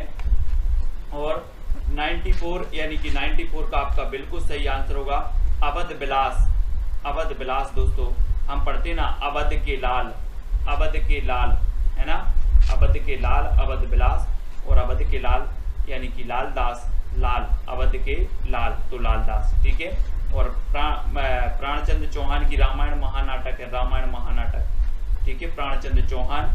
और डॉक्टर राजेंद्र प्रसाद की जो आत्मकथा है वो कौन सी है? राजेंद्र प्रसाद। और एक गालिब छूटी शराब तो मैंने आपको याद करवाया था, एक गालिब छूटी शराब रविंद्र कालिया की है, गालिब छूटी शराब रविंद्र कालिया। सत्य की खोज, यही आत्मकथा राजेंद्र प्रसाद की है, यानी बी का नंबर सही हो जाएगा। अर्ध कथानक तो आपकी बनारसी दास जैन की है, लेकिन मेरी जीवन यात्रा की बात आती है तो ये दो लोगों की है, यानी कि जानकी देवी बजाज की है, जानकी देवी बजाज। और राहुल सांकृत्यायन की आत्मकथा का नाम भी क्या है? मेरी जीवन यात्रा। ठीक है, सत्य की खोज राजेंद्र प्रसाद, गालिब छूटी शराब रविंद्र कालिया, और जो है अर्ध कथानक ये हिंदी की प्रथम आत्मकथा है और ये बनारसी दास जैन की है। ठीक है, तो सी नंबर आपका यहाँ पर बिल्कुल सही हो जाएगा। और हिंदी में रिपोर्टाज विधा का जनक माना जाता है तो भारतेंदु को, बनारसी दास को, शिवदान सिंह चौहान को या फिर पदम सिंह शर्मा को किसे माना जाता है दोस्तों? रिपोर्टाज विधा का जनक, यानी कि प्रश्न क्रमांक 96 का जो आंसर है वो बताना है। और आपका बिल्कुल सही आंसर होगा हिंदी में रिपोर्टाज विधा का जो जनक माना जाता है वो माना जाता है शिवदान सिंह चौहान, यानी आपका उत्तर क्या होगा? विकल्प नंबर बी, शिवदान सिंह चौहान। ठीक है, इन्हें रिपोर्टाज विधा का जनक माना जाता है। ये रिपोर्टाज विधा को आपको याद रखना है। ठीक है,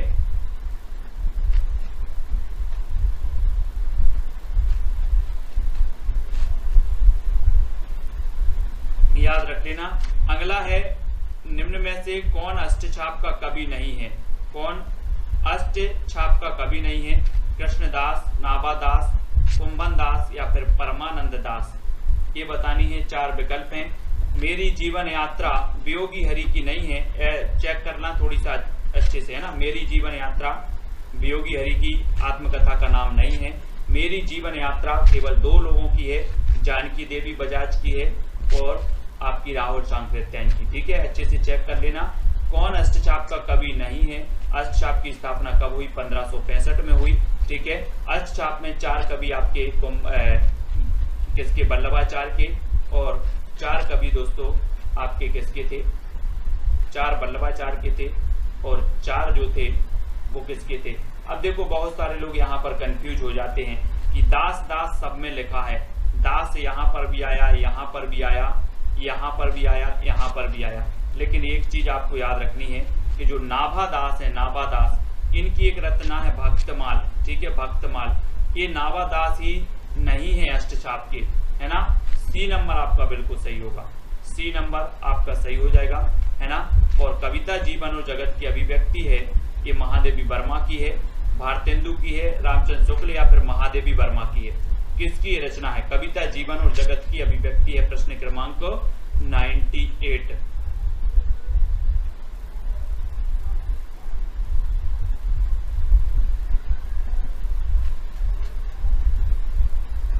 प्रेम सिंह जी क्या बोल रहे हैं? नरेंद्र की आत्मकथा सत्य की खोज, नरेंद्र की नहीं, राजेंद्र प्रसाद की है सत्य की खोज, है ना।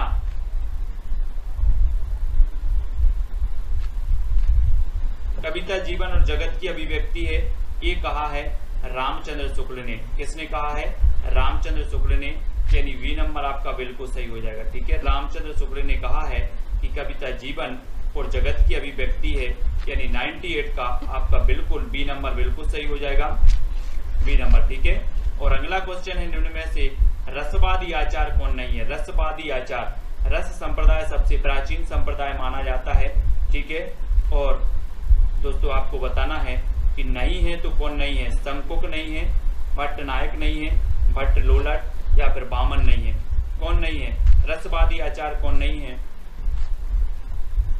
4 विकल्प बताना है। यस जी, उत्तर क्या हो जाएगा? और आपको पता है दोस्तों कि शंकुक भी है, भट्ट नायक भी है, भट्ट लोलट भी है, लेकिन कौन नहीं है? बामन। बामन यानी सी नंबर, ये रसवादी आचार नहीं है और सी नंबर आपका बिल्कुल सही हो जाएगा। एकाग्रता और अभ्यास से उत्पन्न शक्ति को काव्य हेतु किसने माना है? एकाग्रता और अभ्यास से उत्पन्न शक्ति को काव्य हेतु जो मानने वाले हैं वो कौन है? राजशेखर हैं, भरत मुनि हैं, दंडी या फिर मम्मट हैं। तो कौन है? 4 विकल्प में से आपको चयन करना है और आपका बिल्कुल सही आंसर जो हो जाएगा वो क्या हो जाएगा? किसने माना है काव्य हेतु? और आपका बिल्कुल सही आंसर होगा ए नंबर। जी हां दोस्तों, राजशेखर ने एकाग्रता और अभ्यास से उत्पन्न शक्ति को काव्य हेतु माना है, यानी कि आपका उत्तर क्या हो जाएगा? ए नंबर बिल्कुल सही हो जाएगा, ए नंबर। प्रश्न 9 बजने को 10 मिनट हैं, इस वाक्य का शुद्ध रूप क्या होगा? कमेंट में आपको भी उत्तर बताते जाना है। देखते हैं कितने भाई बंधु, कितनी तैयारी आपकी है, किस प्रकार की आपकी पढ़ाई है। तो 9 बजने को 10 मिनट हैं, तो इसमें आपको बता दें इसका सही उत्तर हो जाएगा 2 नंबर। 9 बजने में 10 मिनट हैं, 9 बजने को नहीं होता, 9 बजने में, ठीक है। इस प्रकार से यहाँ पर हो जाएगा। अगला देखें, कपिस और कपीस का अर्थ है, ठीक है। तो एक तो आपको पता ही होगा कि कपीस मतलब तो होता है बंदर, तो पहले देख लो बंदर किस में है? 2 में है, ठीक है। अब कपिस थोड़ा शब्द लोगों को लग रहा होगा, तो कपिस मतलब गर्मी तो होता नहीं, हाँ कपिस मतलब मटमेला होता है, इसलिए इसका उत्तर ठीक क्या हो जाएगा? 4 नंबर इसका उत्तर ठीक हो जाएगा। इस प्रकार से हमें लगाना पड़ता है, ठीक है। आप हमारे ऐसे वीडियो को देखते जाए, आपका इतना अभ्यास हो जाएगा कि आप कहीं भी हिंदी व्याकरण में गलती कर करके नहीं आएंगे। और आपको पूरी तैयारी व्यवस्थित सिलेबस के अनुसार करनी है, तो आपको यूट्यूब पर सर्च करें टॉप 50 स्टडी, हमारे इस चैनल को आप सर्च करेंगे, इस चैनल को सब्सक्राइब कर लें, तो फिर आपके लिए पूरा क्रम से अध्ययन मिलता जाएगा। अगला देखें, पेड़ों पर मैना बैठी है, पेड़ों पर मैना बैठी है, इस वाक्य का शुद्ध रूप होगा। अब पेड़ों पर मैना बैठी है तो जम नहीं रहा है कि पेड़ बहुत सारे बोल रहे, मैना एक है, इसलिए क्या होना चाहिए? पेड़ पर मैना बैठी है, ठीक है। तो 1 नंबर इसका उत्तर सही हो जाएगा। हमारे उत्तर बताने से पहले आपको कमेंट करना है, इसलिए कमेंट खोल लें बिल्कुल और तैयार। अगला है, छंद का नाम बताइए। कौन सा छंद बताना है? तो है कोउ पापे हैं पंच तत्व प्राप्त सुनी जम गंधावत। अब यदि छंद का पता लगाना है तो ये कैसा है? मात्रिक छंद है, तो इसमें मात्राएं हमें गिननी पड़ेंगी, टोटल कितनी है, ठीक है। 2 मात्राओं का ऐसा चिन्ह रहता है, एक का ऐसा। तो अपन देखते हैं, कोउ, कोउ में का में ओ की मात्रा 2 है। बिल्कुल इसको ध्यान से सुनना, मैं जो बता रहा हूँ मात्राएं कैसे गिननी है आपको आज पता चल जाएगा, तो आप आसानी सीख जाएंगे। कोउ का में ओ की मात्रा है, तो इसको 2 मात्रा गिनेंगे, 2 हो गई। ऊ में 1, 3, बड़ा पा है इसलिए 2 मात्राएं 5, पी में छोटी की मात्रा इसलिए एक ही गिना जाएगा। फिर हा में भी एक। पंच में चंद्र बिंदी लगी है तो आपको बता दें कि जहाँ पर चंद्र बिंदी होती है उसको एक ही गिनते हैं, अलग से मात्रा नहीं गिनते। तो पा का एक गिनेंगे। चा के और आधा ता है तो चूंकि बाद में है तो चा को ही डबल गिनते हैं। किसी भी शब्द के बाद में जैसे त्वा वा में आधा ता लगा है तो उसको इसके साथ डबल नहीं गिनेंगे, चा के साथ डबल गिनेंगे। तो चा का अपन क्या हो जाएगा, डबल। ठीक है। और वा का क्या हो जाएगा, एक। तो यहाँ पर कितनी होंगी, दो, दो और एक 3 और 2 5 और एक 6 7 8 और 2 10 और 11, 11 मात्राएं इस तरफ हो गई। ठीक है। अब दूसरे तरफ का गिनते हैं। 2 प्रा की 2, ठीक है, और ता की एक 3 और सा में छोटी चूकी छोटे ऊ की मात्रा इसलिए एक ही गिनेंगे और नी में भी छोटे की इसलिए एक ही गिनेंगे। तो यहाँ पर कितनी हो गई, 5। और जग जम गन 4 हैं सीधा, मतलब ठीक है, एक एक एक एक तो 4 5 4 9। धा बड़ा है तो उसकी गिनेंगे 2।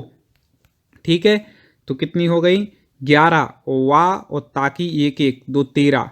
तो इस तरफ है 11 और फिर अगले में है 13। तो इस प्रकार से जहाँ पर होता है वहाँ पर देखो आपको उल्लाला तो होता नहीं, गीत का भी नहीं, हरि गीत का, तो रोला छंद होता है क्योंकि दोहा का उल्टा है। दोहा में 13 11 होती हैं और रोला में 11 13 होती हैं। तो इस प्रकार से ये उत्तर ठीक हो जाएगा। दोस्तों हमें उम्मीद है आपको पसंद आ रहा होगा। ऐसे बहुत सारे वीडियो हमारे चैनल पर डले हैं। आपको तो टॉप 50 स्टडी यूट्यूब पर सर्च करके उसको सब्सक्राइब कर लेना है, प्लेलिस्ट में जा करके सारे वीडियो आपको देख लेना है। चलिए आगे बढ़ते हैं, लाइक जरूर कर देना। देश निकाला का सामासिक विग्रह होगा। देश निकाला मतलब देश से निकाला, 4 नंबर इसका उत्तर ठीक हो जाएगा। कहाँ से निकालते हैं, देश से। इस प्रकार से होता है। अब देखें, संक्षिप्तीकरण करते समय संक्षिप्तता एवं खाली स्थान को बनाए रखना जरूरी है। किसी भी चीज का संक्षिप्तीकरण कर रहे, छोटा कर रहे, तो संक्षिप्तता के साथ क्या, प्रवाहात्मकता भी जरूरी है, नहीं तो उसका प्रवाह खत्म हो जाएगा ना, तो फिर पढ़ने में आनंद नहीं आएगा। इसलिए 1 नंबर इसका उत्तर ठीक हो जाएगा। अगला देखें, कमेंट में आपको उत्तर बतलाना है। आप सोच रहे होंगे सर हम कम समय दे रहे उत्तर बताने के लिए। देखिए हमें आपका समय बचाना है और साथ में आपसे कमेंट में उत्तर भी चाहिए, तो आप थोड़ा स्पीड बढ़ाएं, कमेंट में उत्तर दें मेरे बताने से पहले। राष्ट्रभाषा किसका प्रतिनिधित्व करती है। राष्ट्रभाषा है चूंकि, तो किसका प्रतिनिधित्व करेगी, राष्ट्र का। तो राष्ट्रभाषा संपूर्ण राष्ट्र का प्रतिनिधित्व करती है। ठीक है, संपूर्ण राष्ट्र का। 3 नंबर उत्तर ठीक हो जाएगा। अगला देखें, रिक्ति को अंग्रेजी में क्या कहते हैं। आप किसी एग्जाम की तैयारी कर रहे हैं तो रिक्त पद निकलते ना, वही रिक्ति। तो रिक्ति को क्या कहते हैं, वैकेंसी। ये है, कितनी वैकेंसियां निकली आप हमेशा कहते। उत्तर बिल्कुल आपको पता होता है कई बार, लेकिन आप फिर भी पेपर में गलत करके आ जाते हैं। इसलिए हम प्रैक्टिस सेट लगवा रहे, हिंदी कर रहे कि आप वो गलती ना करें कि आपको बनते हुए भी आप गलत करके आए। वो गलती से हमें बचाना है, बाकी तो याद करानी है। सारी पृथ्वी के राजा को कहते हैं। जो सारी पृथ्वी का राजा होता है उसको क्या कहते हैं, देखो चक्रवात तो कहते नहीं, आप जानते, चौधरी भी नहीं कहते, तो चक्रवर्ती जो समस्त पृथ्वी का राजा होता है, सबसे श्रेष्ठ राजा। ठीक है। अगला देखें, सर्प का पर्यायवाची बताओ। सर्प मतलब सांप, तो इसका पर्यायवाची पहली नंबर पे दिया है भुजंग। ठीक है, भुजंग सर्प का। अगला देखते हैं, सिने एक्सप्रेस कहाँ से प्रकाशित होता है। तो सिने एक्सप्रेस आपको बता दें कि इंदौर से प्रकाशित होता है। ठीक है। आईना को खड़ी बोली में क्या कहते हैं। ठीक है, तो शीशा या दर्पण कहते हैं आईना को। आप लोग भी बोलते ही हैं शीशा या दर्पण। औचट को खड़ी बोली में क्या कहते हैं। औचट मतलब आवश्यकता से अधिक, उसको क्या बोलते हैं, औचट, आवश्यकता से अधिक। बिल्कुल रट लीजिए आप इन प्रश्नों को। वृत्ति और मजदूरी को अंग्रेजी में क्या कहते हैं। वृत्ति और मजदूरी, 1 नंबर सही हो जाएगा, वेज। ठीक है, ये सही है। हाँ, आगे देखते हैं, वह देर में सोकर उठता है। चलिए बताइए क्या होगा इसका शुद्ध रूप।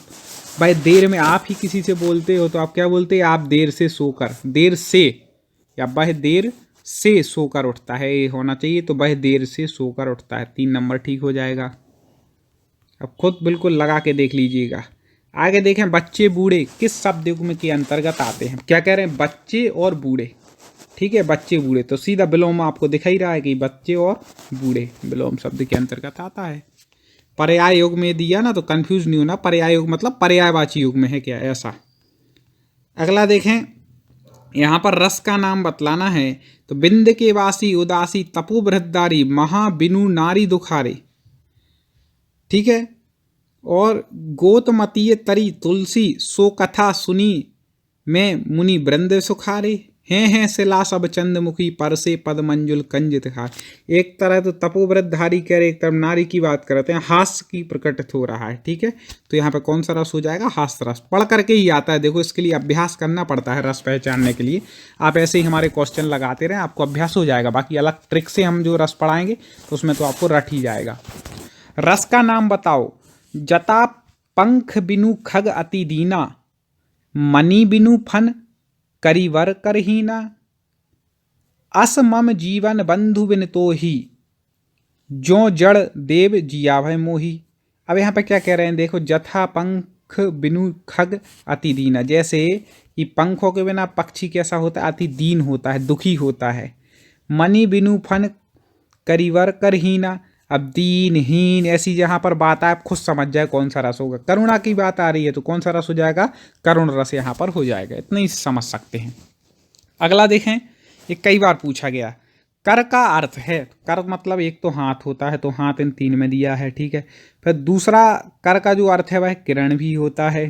ठीक है, और कर का अर्थ एक जो आप कर भरते हैं टैक्स, तो 4 नंबर इसका उत्तर बिल्कुल ठीक हो जाएगा। आगे आदि का अर्थ है, आदि मतलब पहला, प्रथम। ठीक है, तो आदि का अर्थ क्या हो जाएगा? प्रथम। आगे बढ़ते हैं, आदि अंत किस शब्द युग्म के अंतर्गत है?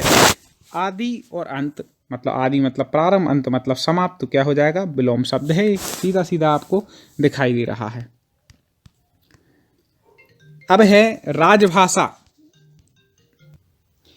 उस भाषा को कहते हैं जिस भाषा के द्वारा, राजभाषा किस भाषा को कहते हैं? तो आपको बता दें, जिस भाषा के द्वारा किसी राज्य के प्रशासनिक कार्यों को संपन्न किया जाता है। याद रखिएगा, राजभाषा में क्या होता है? किसी राज्य के प्रशासनिक कार्य क्या होते हैं? संपन्न किए जाते हैं, प्रशासनिक कार्य संपन्न होते हैं। अगला देखें, साहित्य गुंजन नामक साहित्यिक पत्रिका कहाँ से प्रकाशित होती है? तो आपको बता दें, साहित्य गुंजन इंदौर से प्रकाशित होती है। कहाँ से होती है? इंदौर से। अब है 4 मासों का समूह का समस्त पद होगा। 4 मासों का समूह, इसको क्या कहेंगे? तो 4 मास तो क्या हो जाएगा? चौमासा। ठीक है, और चौराहा किसको कहते हैं? 4 राहों का समूह को चौराहा कहते हैं। याद रखिएगा, यहाँ पे 4 मासों का पूछा है, इसलिए क्या हो जाएगा? चौमासा। आपको जल्दबाजी में उत्तर नहीं लगाना है, नहीं तो जल्दी लगा के आगे बढ़ गए। बिल्कुल ध्यान से देखना है। चलिए, इस सामने बिल्कुल हम पेपर के ही प्रश्न लाए हैं, जिससे आपको बिल्कुल समझ में आ जाए। ऐसे प्रश्न आते हैं। 4 पैरों वाला को इनमें से क्या कहते हैं? जिसके 4 पैर होंगे, पैर मतलब पद, तो आप देख लें, चतुष्पद मतलब 4 पैर। ठीक है, इस प्रकार से आप सीधे आंसर लगा सकते हैं। अब देखें, चिरंतन का विलोम होगा। चिरंतन का पहले यदि है किसी चीज का विलोम जानना है तो उसका अर्थ आना चाहिए। चिरंतन मतलब चिरकाल से जो चला आ रहा है, प्राचीन काल से जो चला आ रहा है, तो चिरंतन का क्या हो जाएगा? अब आप आसानी से लगा सकते हैं। नश्वर जो मतलब प्राचीन से, चिरकाल से, हमेशा से है, तो वो चिरंतन हो गया।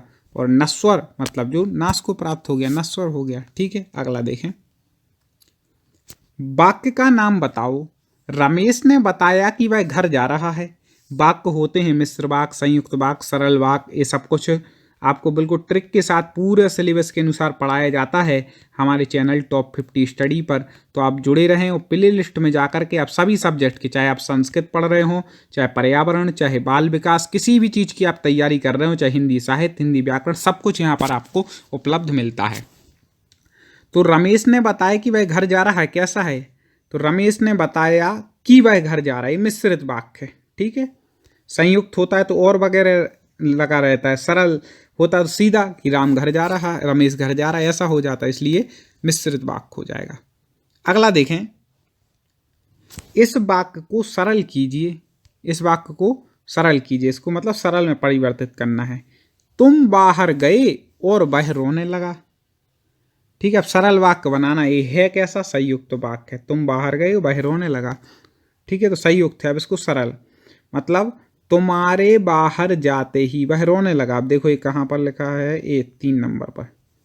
क्योंकि आप खुद सोच लें कि आप जब वाक्य बोलते, किसी से बात करते, तो कैसे बोलेंगे जिससे वो सही प्रतीत हो। ठीक है, तुम्हारे बाहर जाते ही वह रोने लगा। दोस्तों अभी तक लाइक ना किया हो तो एक बार लाइक जरूर कर देना और कमेंट में बताना कि आप किस एग्जाम की तैयारी कर रहे हैं, जिससे पूरे सिलेबस के अनुसार वीडियो आए। इस वाक्य को संयुक्त वाक्य में बदलिए। कठोर बनकर भी सहृदय बनो। कठोर बनकर भी सहृदय बनो। अब इसको संयुक्त बनाना है, तो कठोर बनो परंतु क्योंकि दोनों बात करेंगे भाई, कठोर तो हो लेकिन सहृदयी भी बनो, केवल कठोर ना रहो। ठीक है, तो कठोर बनो परंतु सहृदय बनो, ये हो गया। अगला देख लेते हैं। अगला है अलंकार का नाम बताओ। रस छंद अलंकार ये तो पूछे जाते हैं, तो अलंकार का नाम बताना है। साथ ही संधि और समास की बहुत अच्छी ट्रिकें के साथ हमने वीडियो पढ़ाया है, तो आप वो जरूर देख लीजिएगा। तो अलंकार का नाम यहाँ पूछा है। हनुमान की पूंछ में लगन ना पाई आग, लंका सारी जल गई, गए निशाचर भाग। अब ये इतना सरल है, इतने बार पूछा गया है, तो मैं चाहता हूँ इसका कमेंट में उत्तर आप लोग दें। देखते हैं कितने भाई मित्र बंधु सही उत्तर देते हैं। और बहुत सारे स्टूडेंट को ऐप डाउनलोड नहीं करते बन रहा है, या फिर कर भी लिया है तो कोर्स भी नहीं देख पा रहे हैं। तो मैं आज उनको बता दूं कि ये जो सेल्फ स्टडी क्लासेस इस प्रकार से जब आप प्ले स्टोर से करते हैं, तो ये आपका वेल जो है आइकन उसमें लगा हुआ है ना। तो इस प्रकार से सेल्फ स्टडी क्लासेस आपको सर्च करना है और ऐसे आइकन में आपको ऐप मिलने वाला है। ठीक है, तो दोस्तों हम देखें कि प्ले स्टोर में आपको इस प्रकार से दिखेगा ये सेल्फ स्टडी क्लासेस। ठीक है, ये प्ले स्टोर में आपको सेल्फ स्टडी क्लासेस का ऐप दिखने वाला है। ठीक है, ये इमेज उसमें डली है, ये आइकन, ये लोगो उसमें डला है। ठीक है, अब दोस्तों इसको इंस्टॉल करना है, यहां से आप इंस्टॉल करेंगे। ठीक है, अब इंस्टॉल करेंगे तो वहां पर आपको नंबर मांगेगा, जीमेल नंबर मांगेगा, तो आपको ओटीपी आएगा, तो आप रजिस्टर करके आगे बढ़ेंगे।